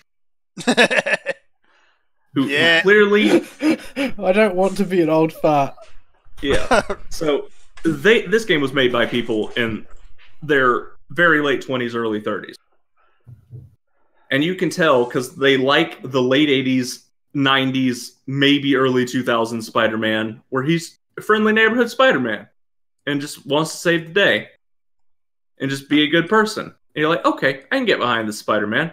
And they are just sick to death of all the stuff that's popular right now, like streaming, memes. They take pot shots at it everywhere in the game. Yep. Down to the stupid rubber horse head. Yeah, oh yeah, I noticed the horse head. Yeah, they take a few pot shots at that. They have dudes dress up with that horse head at a Halloween party, and people are like, "That's not a real costume. That's just an internet meme." If you listen to the ambient conversation, Yeah. so these guys are just as done with it as we are, and that made the game feel very relatable. Like there was a tertiary age demographic they wanted to shoot for as an extra market, and I think I fall right into it. Just because of all that little stuff I noticed in the game like that. Mm. But yeah, it is a surprisingly good superhero game. Now, Vol has mentioned he's seen people talk about how people are saying it's better than Devil May Cry combat. These people are idiots if they actually think that. I haven't seen any articles that talk about this, but Vol said he's seen them. It wasn't articles, it's just people. Okay. And on social media and whatnot. I think that I can't tell if they mean it or if they're just trying to, be controversial. Yeah, because this game is an evolution of the Arkham formula. Yeah. Which is nothing even remotely close to the Devil May Cry subgenre. No. I've also seen protestations that it's not actually like Arkham, though what it is supposed to be like, they don't say. It is the evolution of the Arkham formula where you would naturally expect it to go after, it's had time to sit and people think about it for a while. Down to the ka-thunk sound when you get the KO on an enemy. It's exactly the same as Arkham, and it's the same audio signal that you've KO'd somebody and they're not going to get back up. Yeah. It's almost exactly the same. But yeah, you punch dudes, you dodge at the right time, you counter attacks. There's less emphasis on countering in this game, although you can build your skill tree so that early on you are counter heavy if you'd like. I did. Mostly because it's the fastest way to kill dudes on hard mode. I admit, it's the fastest way to. It's the fastest way to kill things on pretty much all games. if you can do the counter thing, like it's like the only way you ever kill anybody in face-to-face combat in Assassin's Creed games, for instance. Yeah, like just counter. Because taking off their health takes forever, but countering kills them. Yes. You have to be a little more creative with your countering in this game. Like, I took the talent that let me, when I do a perfect dodge at the last second on a ranged attacker, it'll let me shoot a web in their face and they'll be stunned. And then I took the talent that evolves from that lets me zip to them and insta-KO them. And then I took the talent that lets me get a free KO after I do a finisher that insta-KOs somebody. So I can do it again on somebody else. Mm-hmm. So it changed the way I played because I went down that tree to where I'm trying to get ranged guys close enough to other dudes where I can just dodge the melee guys, time a perfect dodge, zip over to that guy, insta-KO him, and then insta-KO somebody else near him. And it led me to playing setup and rooting the enemies around an area so that it set itself up like that. And it was very interesting. It actually changed how I played. And from the way the trees are set up, they seem to do this. You can get new abilities to extend your combos in the air and stuff. You can get like a swing kick that lets you reset your combo in the air and pull yourself towards enemies. You can, and that'll radically change how you play, mostly because you'll be playing more in the air. Mm-hmm. And you can get a whole bunch of stuff for your webs and make you able to be like a mid-range grappler that can web dudes up and toss them around and stuff. And you can grab like rockets and stuff out of the air and throw them back at people. So the talent trees and the way you spec Spider-Man is important. By the end of the game at level 50, after you've done every single side quest ever, you have all the skills. But while you're playing through the game itself, how you spec Spider-Man is going to change how you play dramatically. Yeah. And they don't make it, obtuse at all. It's very clear what these skills are going to do when you get them. And you can ballpark how they're going to work. And for the most part, that's how they're going to work. There is no plus 10% damage in these trees. They're all new abilities that you can use on the field in combat, which I really, really liked. Yes. It made the game feel very organic in its growth. Like, I'm taking the tools that are available to me that I want to play with as I continue to make Spider-Man stronger. And as I got more and more options opened up. And I beat the game at this point, so I'm in the post game. Yeah. But yeah. As far as game feel continued, we have just going around New York. First off, it's a fairly pretty looking New York. There was a debacle about texture downgrading from the trailers, but honestly, anytime this happens in a game, I don't know why people throw a fit about it unless it's a major downgrade. But any slight graphical downgrade to improve performance gets. I don't think that that's the issue. I think the issue is that they always present bullshit at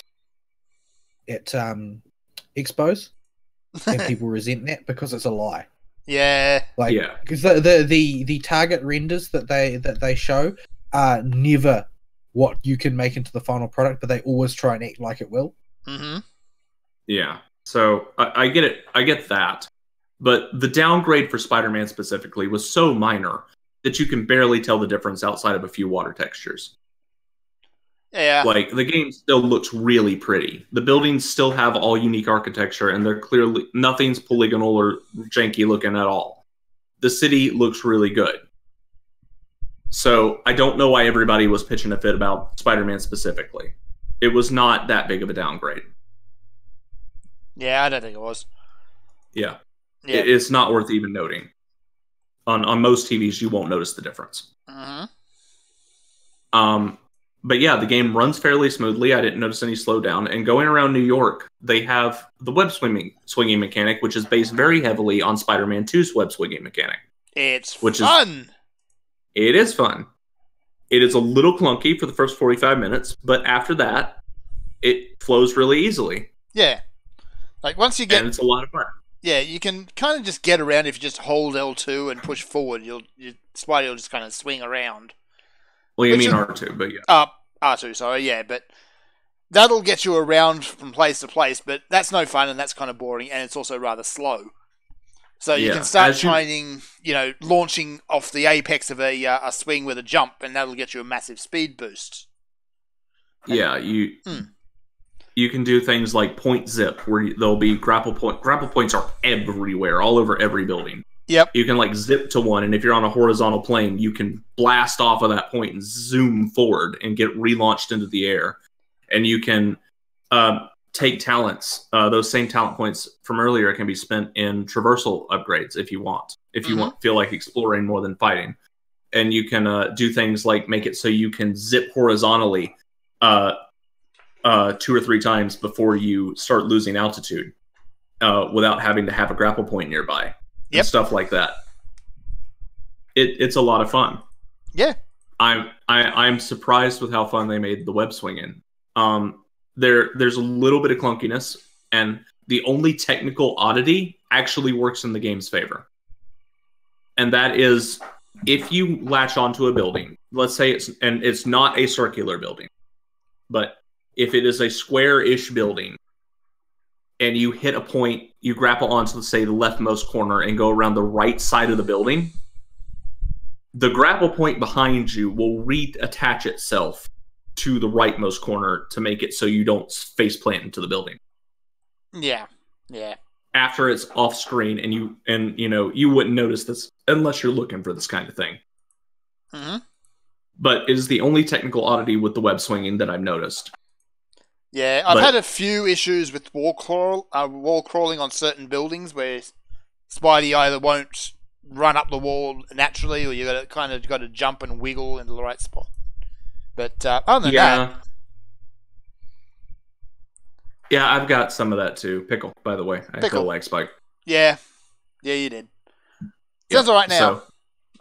Okay, but yeah, getting him to just wall crawl instead of wall run can be a little finicky. You have to come to a complete stop while attached to a wall. Yeah. And once you're moving as Spider-Man, you generally don't want to stop. you keep moving. Yeah. So having to come to a complete stop to go into wall crawler mode is a little awkward, but thankfully you don't have to use it very much. Yeah. It's almost always suboptimal.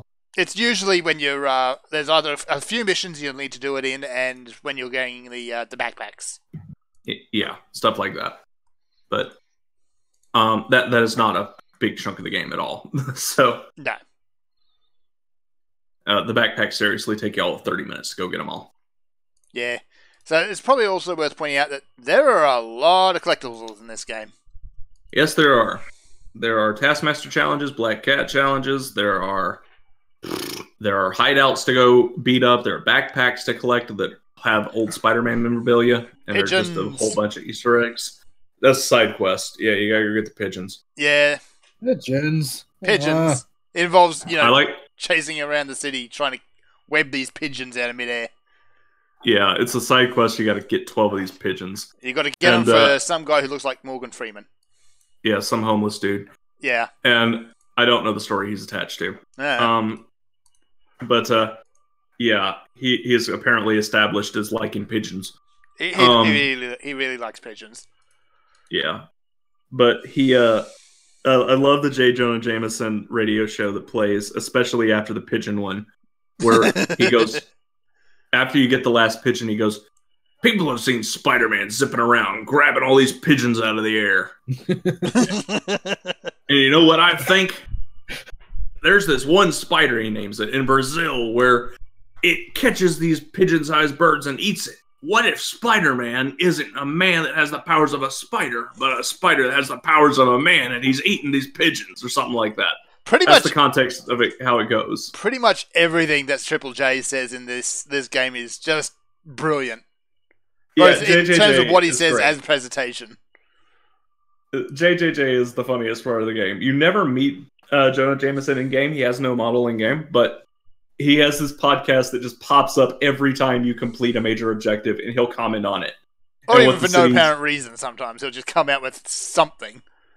Yeah, but each podcast clip only plays once, and there's something like 120 of these things in the game. Yeah. But he just goes off and fights the most ridiculous conspiracy theories to slander Spider-Man with. It is so funny. Yeah. What else there is? There's landmarks to photograph. There's also hidden landmarks to photograph. I haven't gotten any of the hidden ones, but I have found all of the normal ones. I found out about the hidden ones by accident. So there's various landmarks around the city, and they're all marked on your map. So, think big things like Avengers Tower and, Empire State Building, things like that. Yeah, Brooklyn Bridge and all that stuff. The hidden ones, there's 25 marked ones. There's 50 hidden ones. And I found one because I thought, sitting there on the south end of the island, because, hey, Statue of Liberty, that's probably a landmark.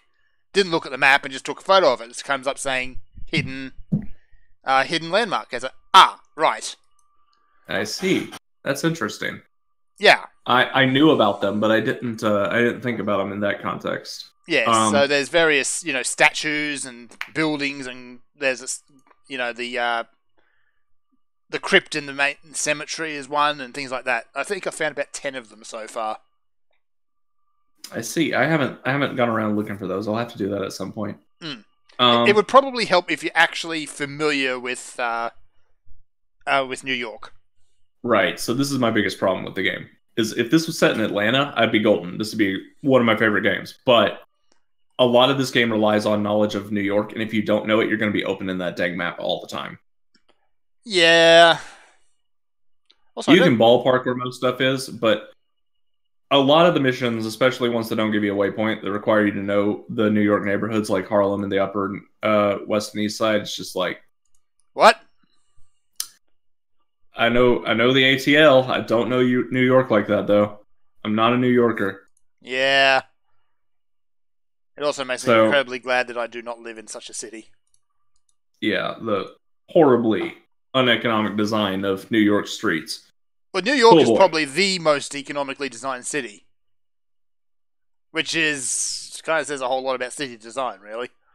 Oh, the problem is you stuck all the neighborhoods in one spot and have a bunch of square roads. Yeah, the square roads are good. The cramming everybody into one spot is not. Yeah, that is not the residential districting you need to do for that road type. Yep. We've got a city here, which is literally Edinburgh at the time of Dunedin's founding was transplanted from Scotland to Otago as the city of right. Dunedin. I forgot about that. Without attending to any of the fact that the land on which they put it is different. Yeah. So that's the reason why New Zealand has the steepest street in the world, is because they just built Edinburgh in the south of New Zealand without attending to the fact that they built part of it on a hill. Yeah. Well, there's wizards there. I mean... What? There are... That's the head of the White Council's place? Edinburgh is. Is it Edinburgh? Yeah. Oh, Yeah. right. So, yeah, well, you can come to Australia. We've got Canberra, which is a giant bullseye. Canberra is the most artificial-looking city in the world. Isn't it just? You come to Georgia, we have a road literally called Beaver Ruin Road because beavers ruin the road all the time and have since the 1800s. Well, that's okay. I got to be glad for the Wormverse. They dropped a kaiju on Canberra, so all is well. But nobody would. They also say dropped a that. kaiju on Sydney, a different kaiju. Well, Sydney's historically been like one of those post-apocalyptic cities Yeah. in fiction. Like, for some reason, Sydney always gets to survive and become some sort of major metropolitan center after, you know, the entirety of the west coast of the US disappears. Yeah. Worm. Not in Worm. Well, it's probably still habitable. Canberra is not. Did that one get Behemoth? Canberra's not habitable now. No, it's not. Canberra But got you submerged. choke on the smug. You do. Oh, so the whole city got quarantined and nuked. Yeah. Okay. That's what you do when Yeah. the Submerg attacks, is everyone's going to got some sort of brain shenanigans going on, so the best way to deal with it is just wall the city off and nuke it. Yeah, she's a fun inbringer. The longer she's in an area, the more she corrupts the people to do something bad in the future. At some unspecified point. Yeah, she's the only telepath in the entire Worm universe, and she just gets into people's heads and reorders their thoughts to do something terrible later. And Yeah. so any city that gets hit by the Submerg for a significant amount of time, if the heroes can't drive her off in time, just gets quarantined. If a hero Because falls. it's going to end up like the Purge. Yeah, Worse. the Purge is a best case scenario. That would be a happy scenario after the Submerg got a hold of you. Yeah. So, yeah, we're not going to... That leads to further events in the story, which is pretty much worst case scenario of a Submerg attack, but we'll not get into that again. The culmination Spidey. of one of the 18. Yes. Arc 18. Yeah. But yeah. What do you call it? Spider-Man. Yes, The video game is really good. it is. On the narrative side of things, it is a really, really good Spider-Man story. They did the right thing here. They took Spider-Man and they didn't copy a movie. They didn't base it on any current Spidey franchise, and they set up their own universe. Yep. In this universe, Spider-Man has been Spider-Man for about 7 years and has been fighting most of his major baddies for those 7 years. Mm-hmm. Most of them start off in prison, although you do get to fight a bunch of them later. Yeah. Like, you start the game And off all- by taking out Kingpin. Yeah.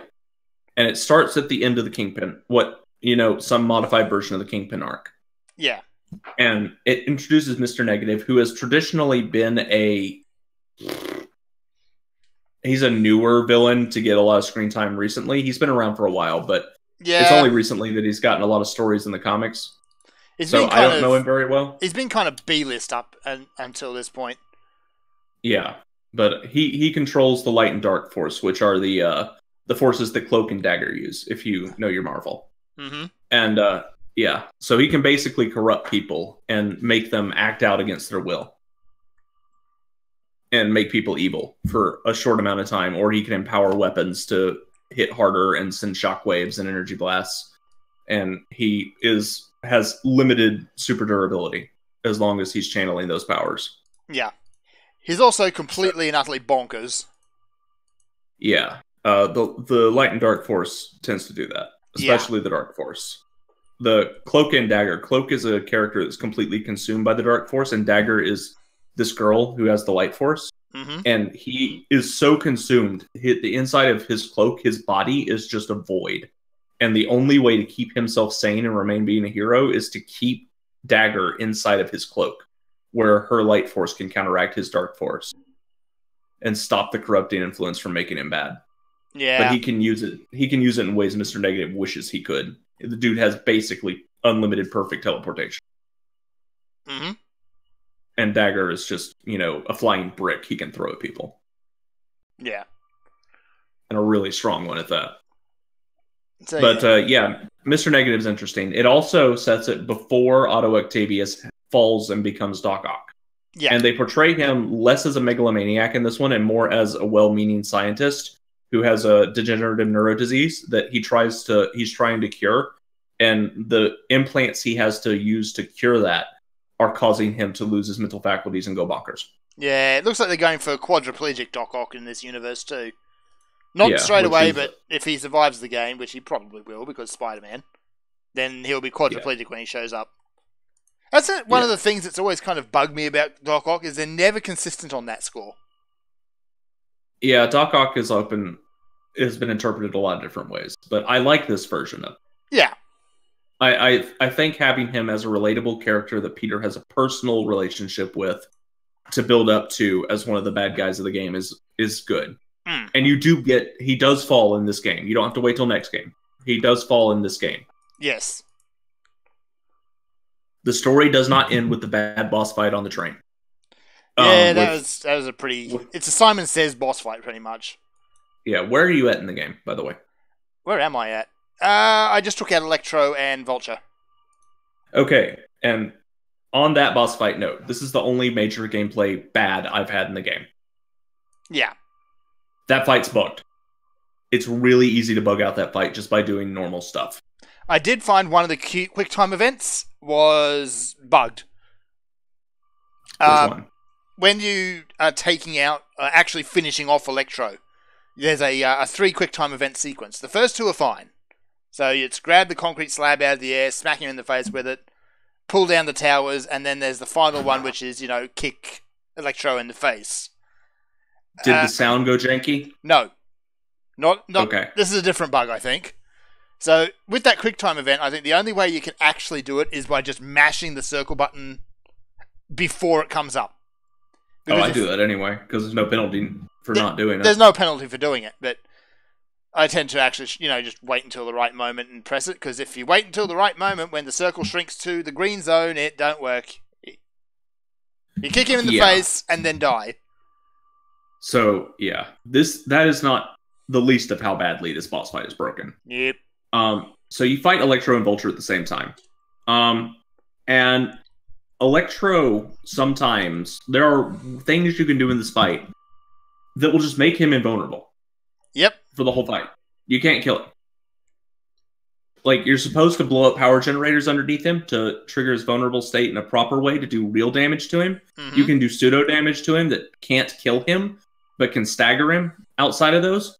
And if you do something like loop him into a combo while he's in the air and do an air combo with him and extend it in any way, the game bugs out. And he will not go near the power generators and will just spam his AoE. If he gets too close to the edge of the map from one of your combos, he will not go near one of the power generators and will just spam his AoE. If he gets too high up in the air, he will do the same thing. If you take out Vulture the wrong way, he will do the same thing. Like, there are so many just little things you can do to bug out the fight. I had to pull up a guide of how not to bug out the fight. And you can bug out the fight before that phase as well, the last phase. But if you tell, just from happenstance, nobody knows what triggers it. But if the sound goes janky during that QuickTime event you were talking about, the fight's bugged and you can't kill it. Electro won't die. Yeah. Thankfully, I didn't run into that bug. I just ran into buggy QuickTime events. I had to do the mission 3 times. Oh, also, don't die during that fight. Otherwise, the game bugs out and you can't kill him. That, thankfully, I did not run into either. Yeah, it's very likely it will bug out. It doesn't happen all the time, but it certain parts in the fight, if you die during them, it can bug out the fight. Yeah. Anywho, so you can die during a boss fight and still kill it? There are checkpoints throughout the boss. There's usually a checkpoint for each phase. I suppose if it's hit X or die, then you need them. Yeah. There are usually, the boss fights usually are about 3 phases and take up to 15 minutes. There's a checkpoint every 5-ish. Yeah. Oh dear. This is not my day in RimWorld, by the way. My first group died of combination of being eaten by an elk, hypothermia, and something else. I just started a new game. My sole survivor has just been killed by a squirrel. A squirrel. An angry squirrel. Savaged by a squirrel, or died of rabies, or what? Savaged. He's got bites and scratches on just about every part of his body, and he's dying of blood loss. I see. I know, he's unconscious. He's doomed. So, anyway. Well, TSU did say squirrels are the highest tier rodents. Yes, they did. Oh dear. And there's the game over. So yeah. To wrap up Spider-Man, the Spider-Man game is really good, and the story I thought ended in a very good way, and the final villains being very personal to Peter Parker helps a lot. Peter Parker's characterization in this game is very good, and overall, it's just a really good game. The only bits I really, really don't like in general, and aren't nitpicks, are the parts where you play as Mary Jane or Miles Morales. Yeah, especially Mary Jane. Oh goodness, these parts are bad. Think of all the words.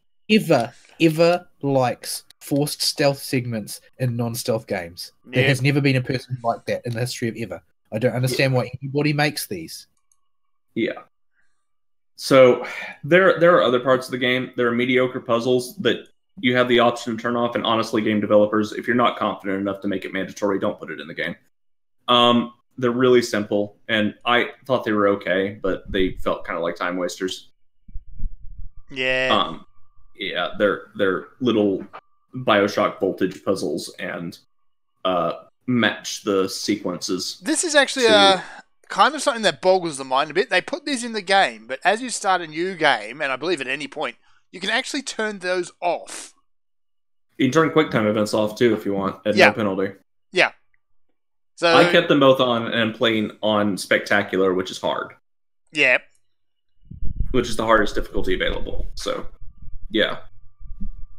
Yeah. But yeah, the Mary Jane part. Oh boy. Just why? These are some of the dumbest things I've ever seen in the game. In a modern game that forces stealth segments, these are standout bad. Now, thankfully, they're only like 5 minutes long because they're so easy. Mm-hmm. But they're just awful. Like, you have to sneak around dudes that are completely brain dead, apparently, and throw a little distraction device to get them to look somewhere else and run by them. I had the hiccups to the next checkpoint. Yeah, the train station bit is particularly egregious. Like, I was sneaking around, and, at that point, you can press a button and have Spider-Man come down and take these guys out. But I was just sneaking across between two hiding places at one point, and I looked across, and here's this guy. He's standing there with his assault rifle, staring straight at Mary Jane, and doing nothing. Yep, and there's the case where you don't know who saw you. Just, you get a random...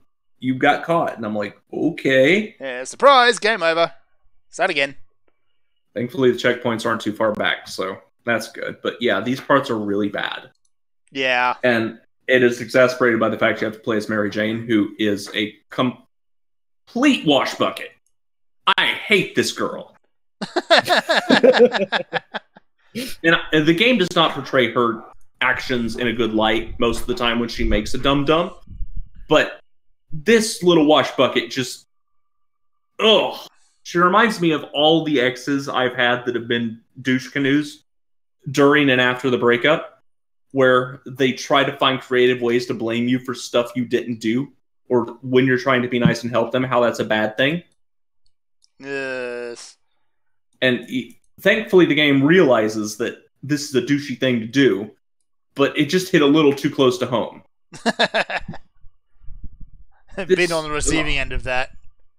Yeah, been there, done that, got the t-shirt. I hate Mary Jane in this game so much.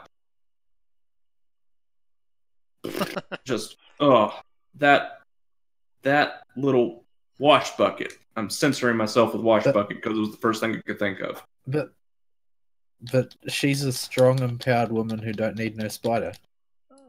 Yeah, until she gets a gun pointed at her face, and then Spider-Man saves her, and she complains about it.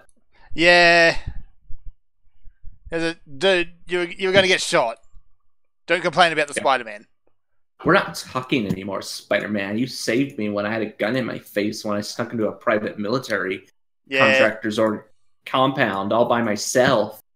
How dare you come save me when somebody had a gun in my face, you jerk. We're not talking anymore. We're not partners. Yeah. Screw you little wash bucket. At least at the other end of things, Miles is adorable in his fanboying. Yeah, he is, but his segments have the hacking app. Ah, the hacking app, yeah. The watchdogs press R1 to make the thing do conveniently what you need it to. Conveniently beep or something. Yeah, make the TV turn on, make the drone fly away, whatever you need the hacking app to do. Yeah. Stealth sections, don't do them. In an action game, don't do them. Just don't. Please don't do them. If you're going to make a stealth game, make a stealth game. Yeah, and we need to wrap up Spider-Man, but we haven't covered a lot of fun stuff in this game that I thought was good, like the way the suits are done, the way the gadgets are done. In general, it's really good. Yeah. Just go play the game. It is really, really good. It's worth your money. I'd say it's worth the full price purchase. Not if you like super. That's not something we say all that often. No, it's not. I'd say there's enough content in this game that's high enough quality. The story's good enough for a 14, 15-hour experience.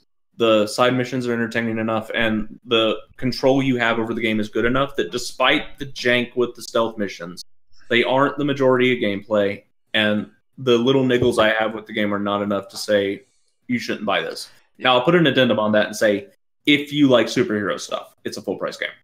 Yeah. See, that's the thing. I just don't like Spider-Man. Like, I don't think a hero that is uncool is cool. Like, that just has absolutely no interest for me. Because I think that Spider-Man is a dork, and that annoys me rather than me finding it charming. Yeah, he's always been a dork. I like the dorky Spider-Man, but they toned down the dorkiness in this one. He's grown up. Mostly. Yeah, he's a grown-up dork. He's still a dork, but he's a grown-up dork. Yeah. I suppose, like, I mean, I don't know. Maybe a bit more grown-up Spider-Man would be a bit more tolerable, but for me, Spider-Man overlaps with, like, Blue Beetle and that, who is just, like, the most unfunny dork in the world. Like, those are the same character as far as I'm concerned. Yeah. And I hate it.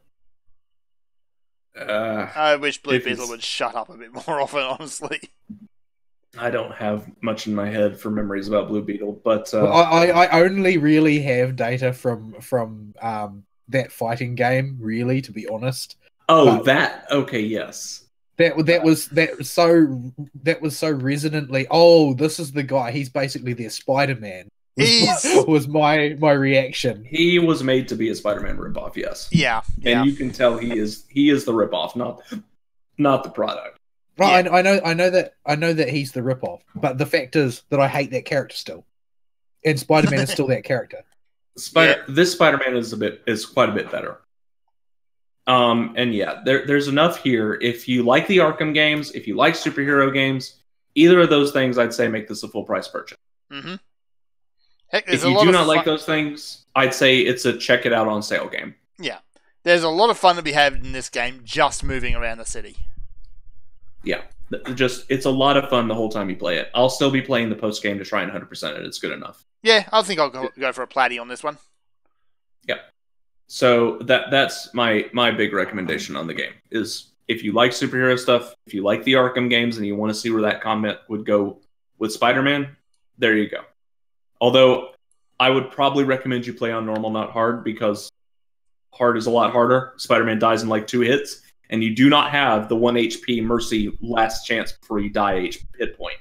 Nope. Yeah.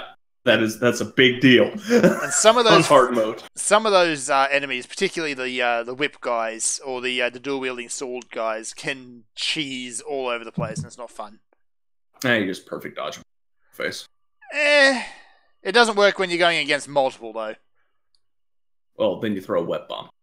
Yeah, web bomb solves all problems. Web bomb solves just about all problems. Yeah. Yeah.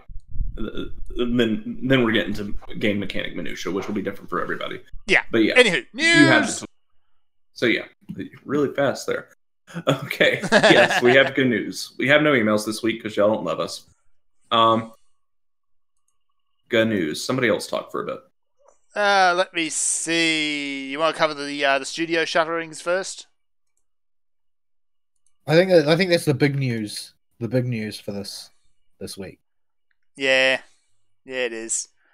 So, Telltale Games, they're gone. Yep, that's it for them. They Bankrupt. did. Yep. So Amazing. It's all over.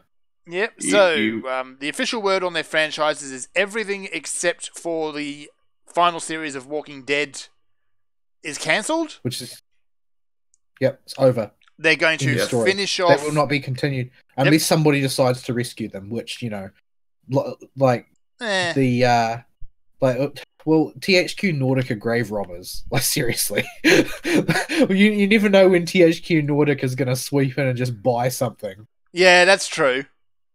But So it's not entirely impossible that we might see a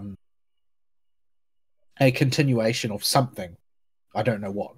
yeah, They're at present dead with red flashing health and a third-person military shooter, and they need the magic buddy with the necromancy hand to come tap them on the shoulder and res them. come give So them it a kept his hug. life.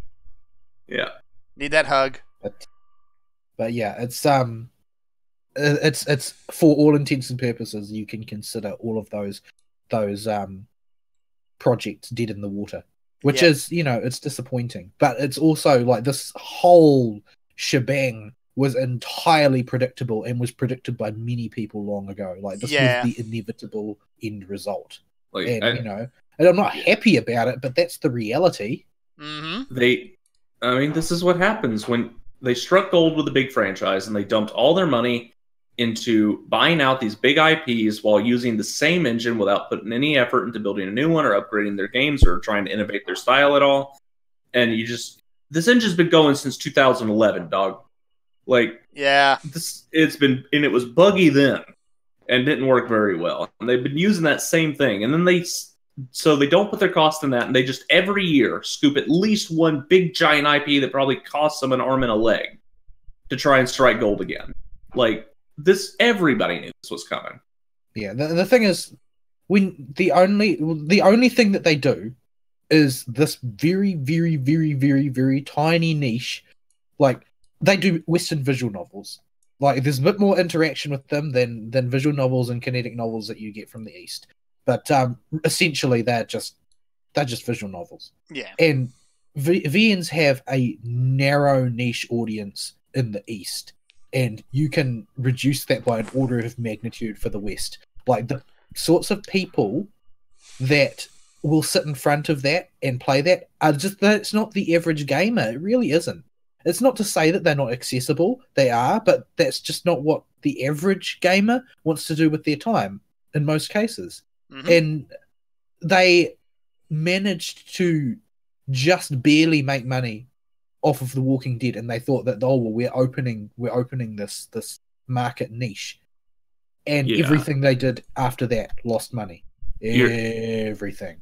When you're talking, regardless of how you classify them, when you sell a game like a visual novel or the Telltale style of game, you're targeting a demographic that is looking for a narrative experience rather than a gameplay one.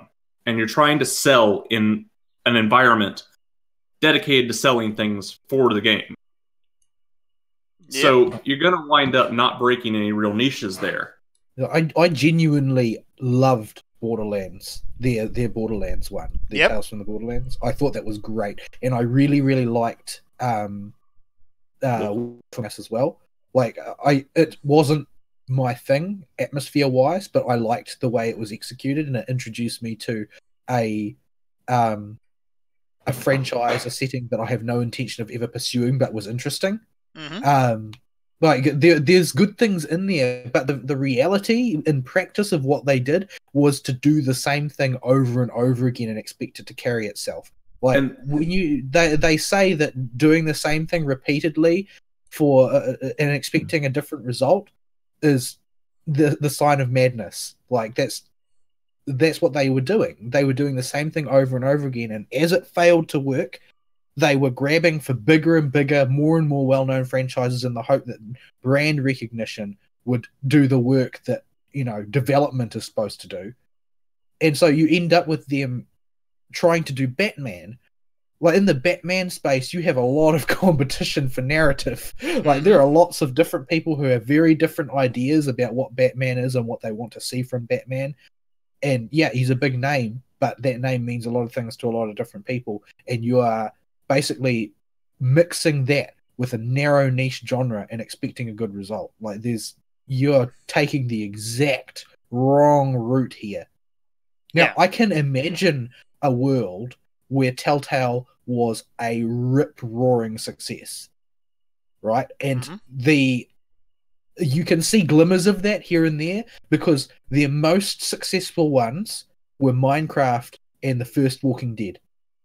And the thing that they did not draw from that is that people who like Minecraft and people who like The Walking Dead are not gamers. They should have taken the hint. There's those overlaps. Where there are overlaps, those are coincidental overlaps. Minecraft is not a game, it's a toy. And the same and the same sort of thing applies to Walking Dead. Walking Dead is passive entertainment because it's a television show. Mm-hmm. Now, that means that there is a world in some parallel universe or in the future or something where the Telltale formula would be a success, but they did not attend to the fact that wasn't now, and they weren't fixing that matter. Because what you need to do is get people who don't play games to play, in scare quotes, these games, in scare quotes. Because, they play fast and loose with the definition of play and games. And realistically, there is probably an audience for this, but the audience for this does not yet know that they are the audience for this. I actually played these in front of my mum at one point. It was the Game of Thrones one, because I got the PS Plus at one point. She loved it. Yeah, but that's the thing, though, right? These people the people who really want to spend money on all of these and would make it a massive commercial success, and I can foresee it being a massive commercial success. Mm-hmm. After all, every hidden object game is exactly the same, and that doesn't offend anybody who actually likes hidden object games. No. Like, you can do what Telltale did and be successful, but you have to somehow let that audience know that they are that audience, because they won't know unless you show them, because they don't sit in front of their computer, they don't use Steam, they don't use Xbox, they use any of the things that are normally required to get into these things. Like, they have basically taken a product for a totally different audience and plonked it in front of an audience which isn't interested. You don't try and sell ground beef at a closed store. Like, people don't know that it's there. Like, if they really want ground beef, they're not going to look there, and the people shopping for clothes will just be confused as to why it's there. This is a very obvious problem, but somehow they missed it time and again. Yeah. That said, though, there's also were a lot of internal issues with their management. Telltale's management. Their management was bonkers, but that's almost peripheral, because it's the sort of problem that reinforces itself as things get worse. I'm starting to think that, being a game designer and being business savvy are two completely mutually exclusive things. Well, yeah, I mean, we should know that by now, because Double Fine is a thing. Yes. Also, EA is a thing at the other end of the spectrum. Yeah. Well, the thing is that EA also make incredibly terrible businesses. So this is true. They are willing to give enough business power to people who shouldn't have it to destroy a property, like they did with Battlefield. So. The shenanigans that are going on with loot crates at the moment over in Belgium. I'm just sitting back with popcorn and watching that. It's like getting to the point of parody. Yeah, what really got to the point of parody for me was, so Telltale goes down. The announcements are going out. The Telltale's going down. Randy Pitchford comes out and he's like, "Man, I'm sad to hear that Telltale's going down, but man, we at Gearbox are recruiting talented people." Yeah, sure, Randy. We see what you're doing. Yeah, it's like, number one, Randy Pitchford, and number two, I saw a screenshot of a guy who replied to him, "Oh, is Anthony Birch still doing the interviews?" And he was immediately blocked. Like, come on. Like, Randy Pitchford is the least self-aware CEO in the world. Yeah. He hired Anthony Birch. What do you expect? Oh dear, Uh, Randy Pitchford. My you goodness. you want to see SJWism infect something real fast? Watch Hey Ash What You Play and start to finish. Remember, that's all Birch's little baby. Just Yeah. watch how it infects it. Yeah, it's like because it was totally acceptable entertainment initially, and you just see the rot set in. It's like you in a very short span of time you can see something completely decay in grotesque fashion, like a time lapse video. Yeah. I used to like it when it first came out. So yeah, anyway, it's sad to see Telltale go. Like, I really enjoyed their stuff. I wouldn't call them games, but like the Batman game was fine. Well, story was fine. The Guardians one was fine, ignoring bugs, of course. But yeah, they were not really good at marketing them. That's always been a big problem for them. Like they thought that they were making games. I think that's their big mistake. Yeah. Yeah. The fact that we on this show happen to enjoy narrative as well as video games just happens to be coincidental overlap. There are other people like us out there in the world, but the dynamos of the games industry, they buy COD and they buy Madden. Like, you need to understand this if you're going to go into that space. Like, you either be a niche indie developer and you find that niche, that you find that niche and you carve out a space there with something very unique and you exploit it for all you're worth. Or you have to be able to play with the big boys. And you can't think you're doing one while doing the other. And Telltale never quite carved out its own subgenre all the way. It got there, it got a formula, but you very rarely hear people talking Telltale-esque if they weren't using it to be synonymous with episodic. Yeah, like I really do sincerely believe that the audience that would have saved that company does exist, but they don't know that they're that audience. Yeah. They've never heard of Telltale. It would never occur to them that you can sit in front of a PC or a games console and watch a story and participate to some extent in it. Like, they don't know. They just don't know that that's a thing. Yep. It would have been a good introductory genre into the world of video games for people that don't play them right now. I don't know. I think what that interactivity is I don't think that that's necessarily true. I think that you're looking at maybe 5% of the audience tops might go that route.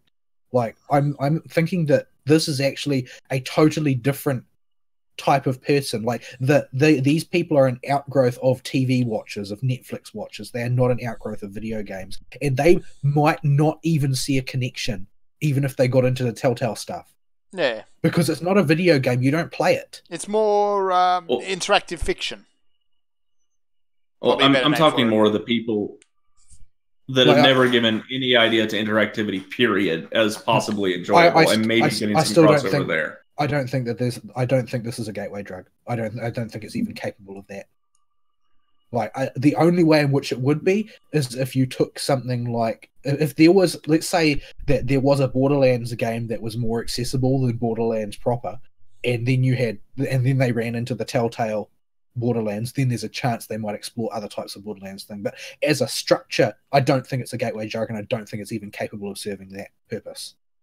Because the reality is that there is no middle ground between the Telltale style and the mainstream video game. Like, there's no next step on the progression along the interactivity path from there. Well, we're in hypotheticals, and this can spread out in 20 different directions if we don't reel this one in. But yeah, there are ways we could take that conversation, but that ain't going the spot I wanted it to. Anyhow, next studio to go is Capcom Vancouver, the guys who did Dead Rising. Well, I mean, they did the same thing. I don't really. they just made the same game over and over again as well. Except they made it browner. Each version, it was significantly browner than the one before it. Brown. Like, I love the first Dead Rising. It was stupid and wacky and just self-aware enough. But then the second one came around. The first two were good. Yeah, the second one was good too. Then the third, it was brown. Even Case Zero was good. It's just Dead Rising 3 went super serial, and got super gritty, Super brown. yeah. But this is the same problem again, really, though, isn't it? They don't understand the audience. Their failure to understand the audience is what seems to be causing most of the problems here. Like, it would be much more understandable in a sense if it's like, oh well, there's huge corporate corruption at this studio and it caused it to shut down. Like, that's an open and shut case. Everybody understands that. But we've got this time and again the same problem of, you know, you think you do but you don't. Like, oh, so they've decided that Dead Rising fans actually want a super serial zombie hunting game, and you've got, oh, EA's decided that the audience is going to be receptive to them pushing politics into their game. You've got all of these companies are deciding what it is that their audience wants instead of looking to see what their audience wants. They ask focus groups. Focus groups are useless completely. Because focus groups are put together out of focus group people by other focus group people. Like, they're not put together by people who want information. They are people put together by people who want to employ a focus group. These are not the same thing. It's doubly useless in the case where you have a franchise, because you already have sales data. You have commentaries on Reddit and forums and wherever telling you what the audience wants. Yeah, and you know, they're not the gospel truth necessarily, and that's often, I think, even those venues are where this problem comes from. Because if you decided to look into, you know, the wrong places in internet culture to find out what people in video games want, what you would end up with are people who don't give a toss about video games, like Polygon editors and the Zoe Quinns and Anita Sarkeesians of the world, who put on a huge show about caring about video games when the only thing they care about is politics. Like, you can get the wrong message if you look in the wrong places. Well, you could, but I'm just saying there are places that are there. Yeah, but you could, in theory, know where to go. Are they likely to? No. But that's the thing, though. That comes back to what I said then. They need to know their audience. They need to know who their audience is. They don't need to know where to get their information, because people who aren't the audience can put information there too. They need to know who their audience is. Who is their audience? You don't need to know what places to look for good information. You need to know which places of information are the people that put money in your pocket. Well, we're essentially in the same ballpark here with that, but the thing I'm trying to get at with that is, it's better than focus groups. If they go the focus group route, they're ignoring their customer base entirely. If they don't know where to look on the internet, they don't know where to curate their player base's data from at all, and they don't know where to gather it from and go, oh, okay, this is what our players want. Like, so basically, the thing with Reddit, like, for instance, is that Reddit is something that they look at now. The problem is that every fandom has 2 Reddits minimum. The insane social justice one and the other one. This is just the way it is now. Unless the property in question is totally social justice incompatible, like, there isn't a social justice FGO Reddit, I don't think, because FGO is primarily about cheesecake. And that does not wash. That tends to stay on Twitter. But anything which is remotely neutral, there will be a parallel community who aren't really that concerned about the game, or even don't even understand how their corollary views would damage the game if they were thought to be the general opinion. Like, there's a lot of asking the wrong people taking place, and then there's a lot of, you know, willful asking the wrong people, like Arcane having to basically wreck everything that they had built was basically a result of them bringing Anita Sarkeesian on board as a consultant. Like, you get exactly what you deserve when you do that. Well, but everybody there felt like they were doing something that was going to have positive results. It's really a sign of they do not know how to gather information on their player base at all. Instead of taking a neutral position and going, okay, what actual gameplay mechanics are they talking about they like? What's getting a lot of positive reception and a lot of people agreeing with that positive reception in circles of people that we know actually play the game, as far as the narrative structure of the game goes? They're not looking at that. They're looking at Polygon and stuff. They should not be looking at people. They should be looking at gamers. There are certain things you know about gamers and the way that they behave and the way that they interact with things. gamers, when they are divided on a game, is usually over something unbelievably trivial. Usually, yeah. They tend to be united on the broad strokes, and the screw-ups that we've been seeing lately from studios are all broad strokes. What's interesting about these games, though, is it's not often on issues or franchises that had a divide in them that we're talking about, Dead Rising specifically. Like, everybody was pretty much on the same page with Dead Rising 2. It was pretty good. It could use some touching up in a few places, but overall, when it came out, it was a really fun game. You didn't see a whole lot of people with divisive opinions about it, especially in the year it came out, which was like 2012, 2013 or something. But for some reason, somehow, they got it in their head that the player base wanted the franchise to go dark and gritty. Well, I think that really what needs to happen in order for the games industry to stabilize and move forward as an entertainment form is that people need to put to bed this delusional idea that games are by definition art. No. Games can contain items that are artistic, but games are not art, period, end. They do not serve the purpose of art. They're entertainment.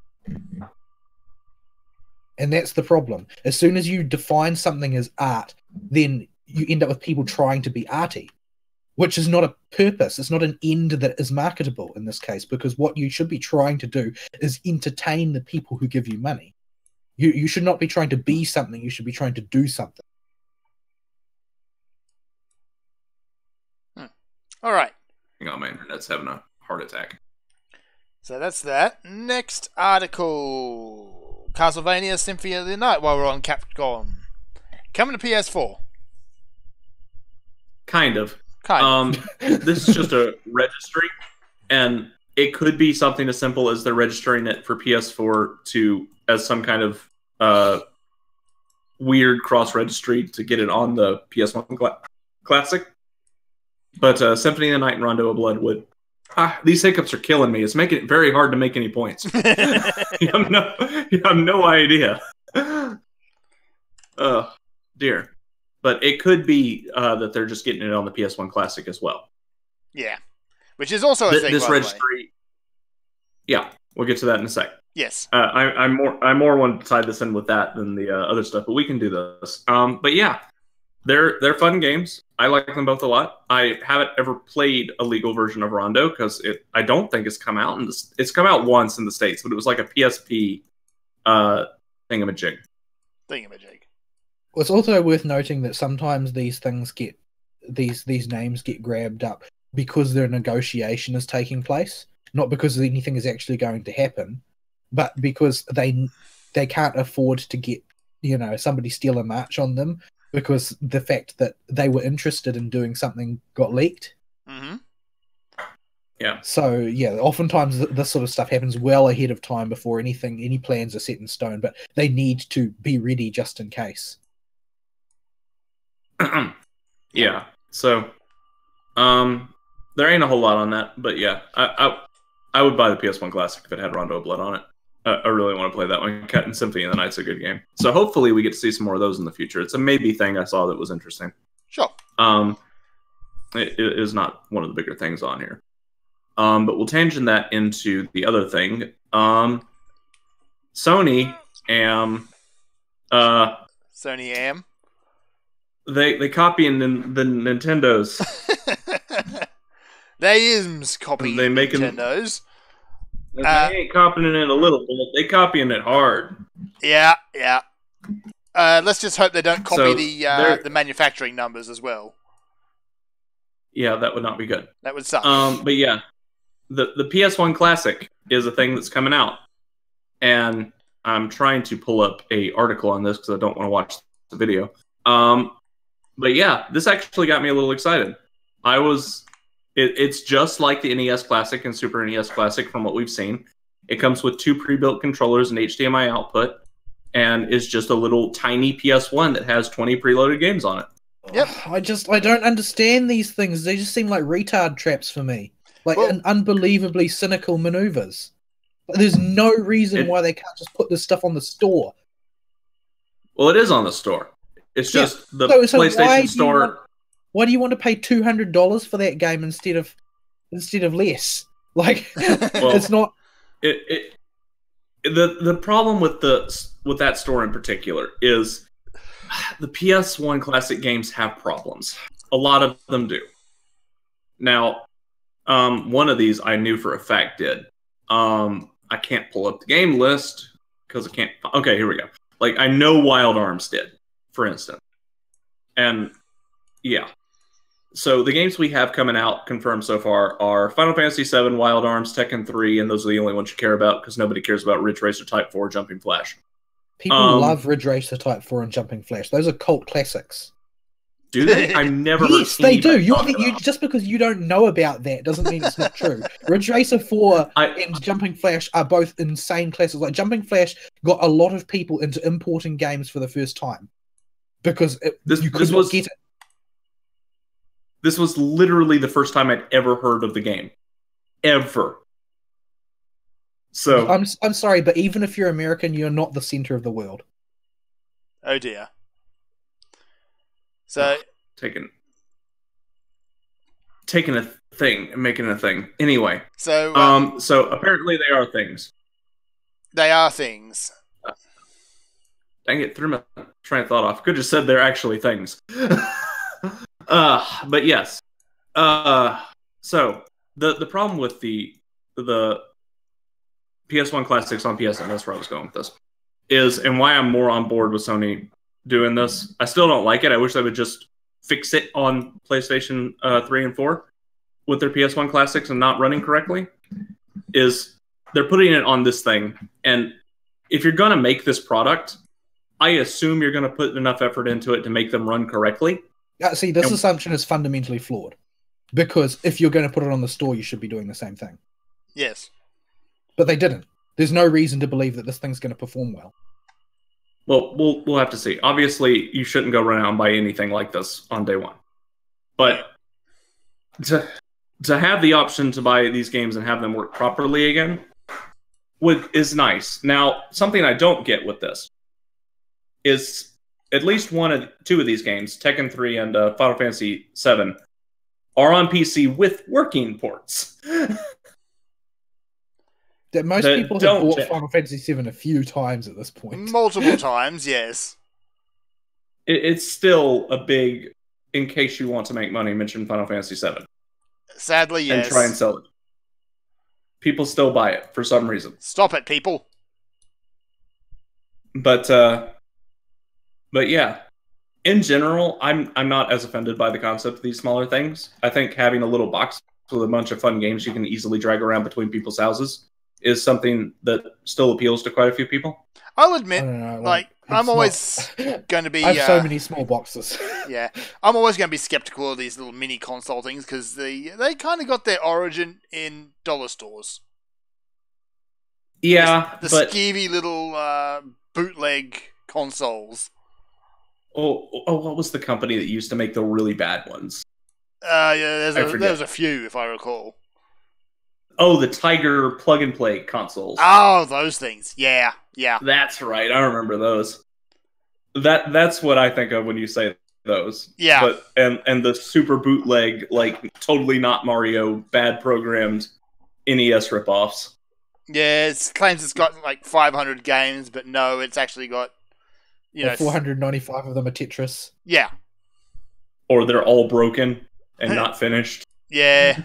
They're just something that somebody slapped together in their lunch break or something. But yeah. I don't know. These things give me a bit of a different feel than those things, just because I know the games that are being released at one point were good.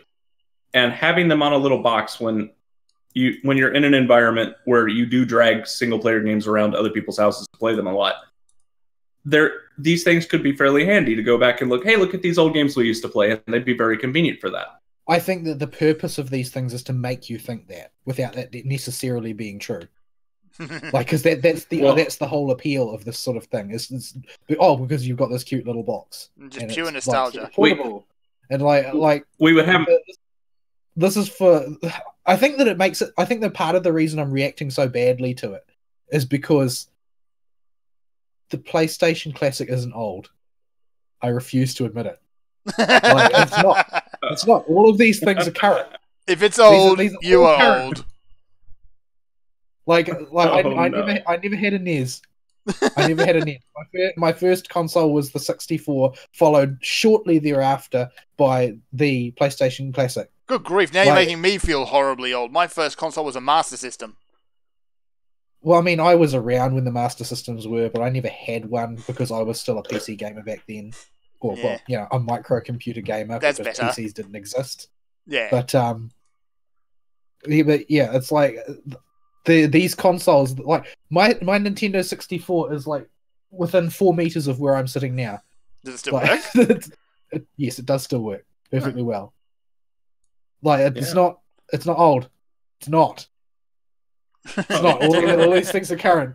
I've got a copy of Final Fantasy. I've got all 3 discs of Final Fantasy VII sitting around in one of those containers over there. It's definitely still there. I feel like that if that material is still around and I could still practically use it using the equipment in my room, that means that the stuff is not old, and that developing an entire separate little box to do it is an act of cynicism to sell somebody the same product again, rather than just making that content accessible. You just don't want to acknowledge you're old. No, I don't want to acknowledge I'm old. And Tekken 3 was a decent Tekken. Final Fantasy VII was a decent Final Fantasy. And all those other games are all notable for their own reasons.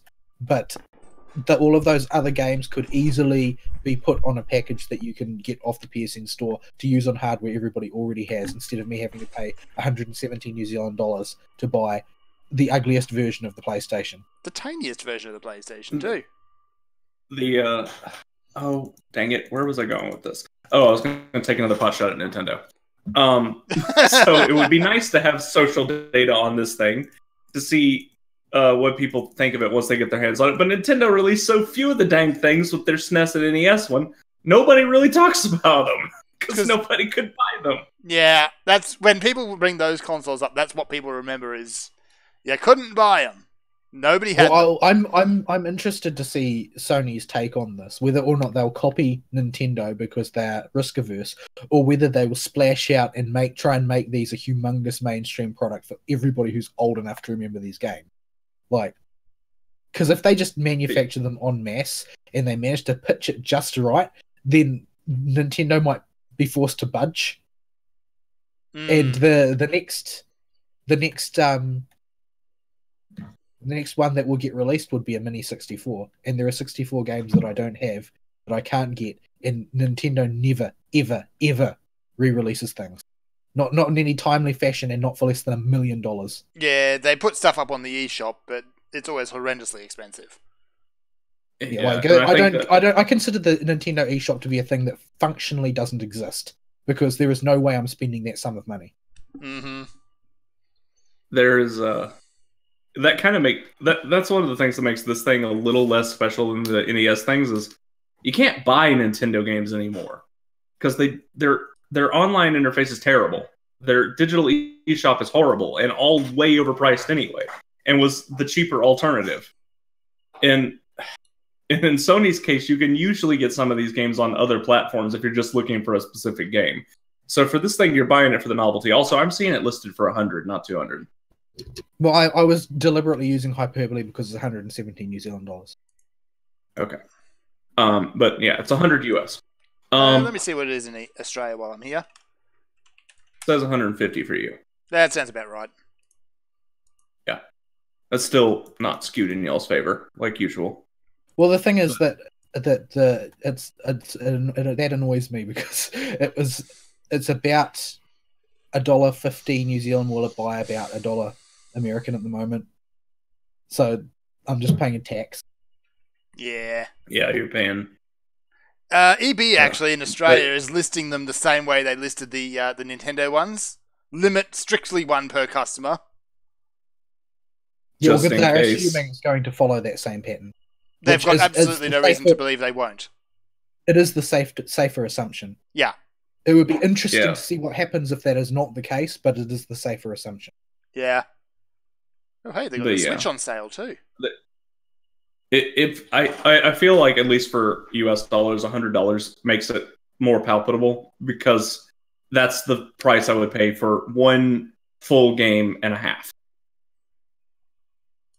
Yeah. So that's 1.5 games. Brand new, anyway.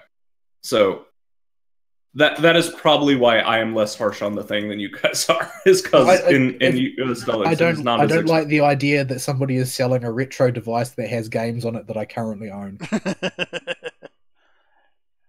Just old. I sold my PlayStation 1 to eons ago at a garage sale or something.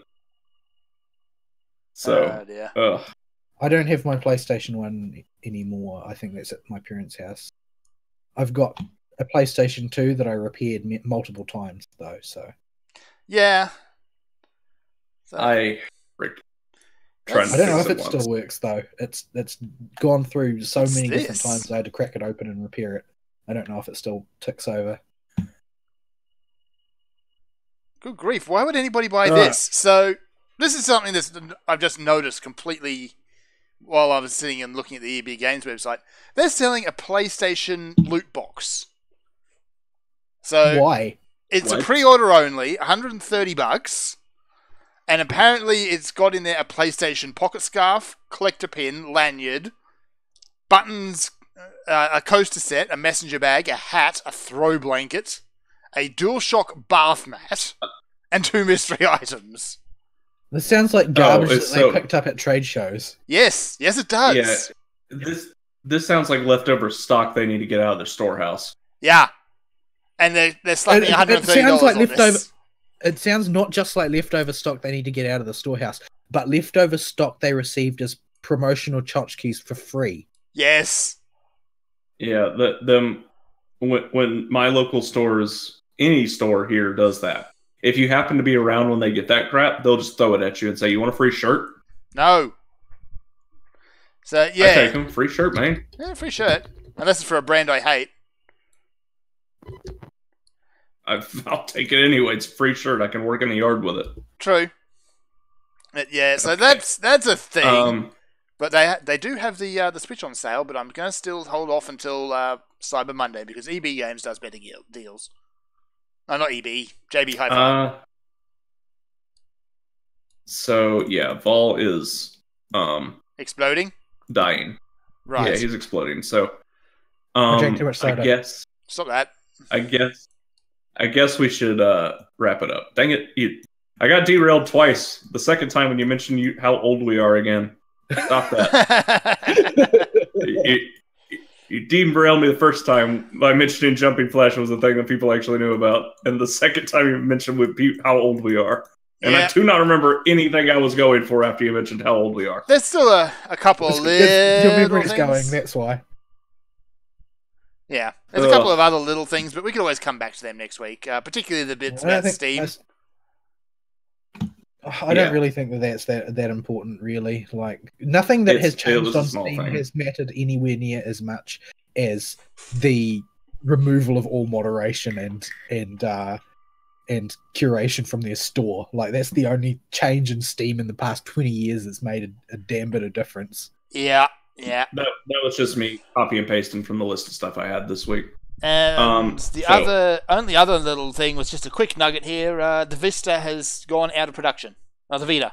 The Vista. The Vista went out. I think Vista's in Ward. I think she's still around. She is. She's not dead yet. Or if you're talking about Windows, that went out of production years ago because it was bad and terrible. Lots of Vistas. So yeah. So the Vita is Dunzo. I honestly thought they stopped production of these last year. They announced physical production was in there. Don't know what's of games. So yeah, now the console's Dunzo, and it's heading to the grave. Yeah, it's sad for me. Nobody else cares because they don't own one. Well, I would have liked to own one. But they were absurdly expensive when they came out. Yeah, well, they were expensive when they came out, and they only existed on this physical plane at the time that they came out. So, I technically have a Vita, I suppose. It's a PlayStation TV, but it plays Vita games. mostly. Something that also only existed for 2 weeks after release. Yeah, I got lucky with this. Yeah. We've already gone over the pros and cons of the Vita on several shows, but yeah, it's a do-to-do. Do-to-do. Vita's ending production. Right. So I guess we should rescue Vol. Yep. So closing comments go. Give me I need time. to go to the bathroom. Also, yes. Give you time. Give me time. Give me time. It's not because I'm getting old and my bladder can't cope anymore. Ugh. I don't even remember after you said we're old. I was going somewhere. It's because your memory's going in your old age. Fine. It's gonna bug me now. I was going somewhere with it and it's just gone. Poof. Okay. All right. You don't get an email topic of the week because you don't write me. And yeah, I think we're done, folks. So, fun stuff this week. Lots of recommendations from the week section for y'all to check out. I think we're done. Spitterman, see y'all next week. Sayonara. Bye-bye.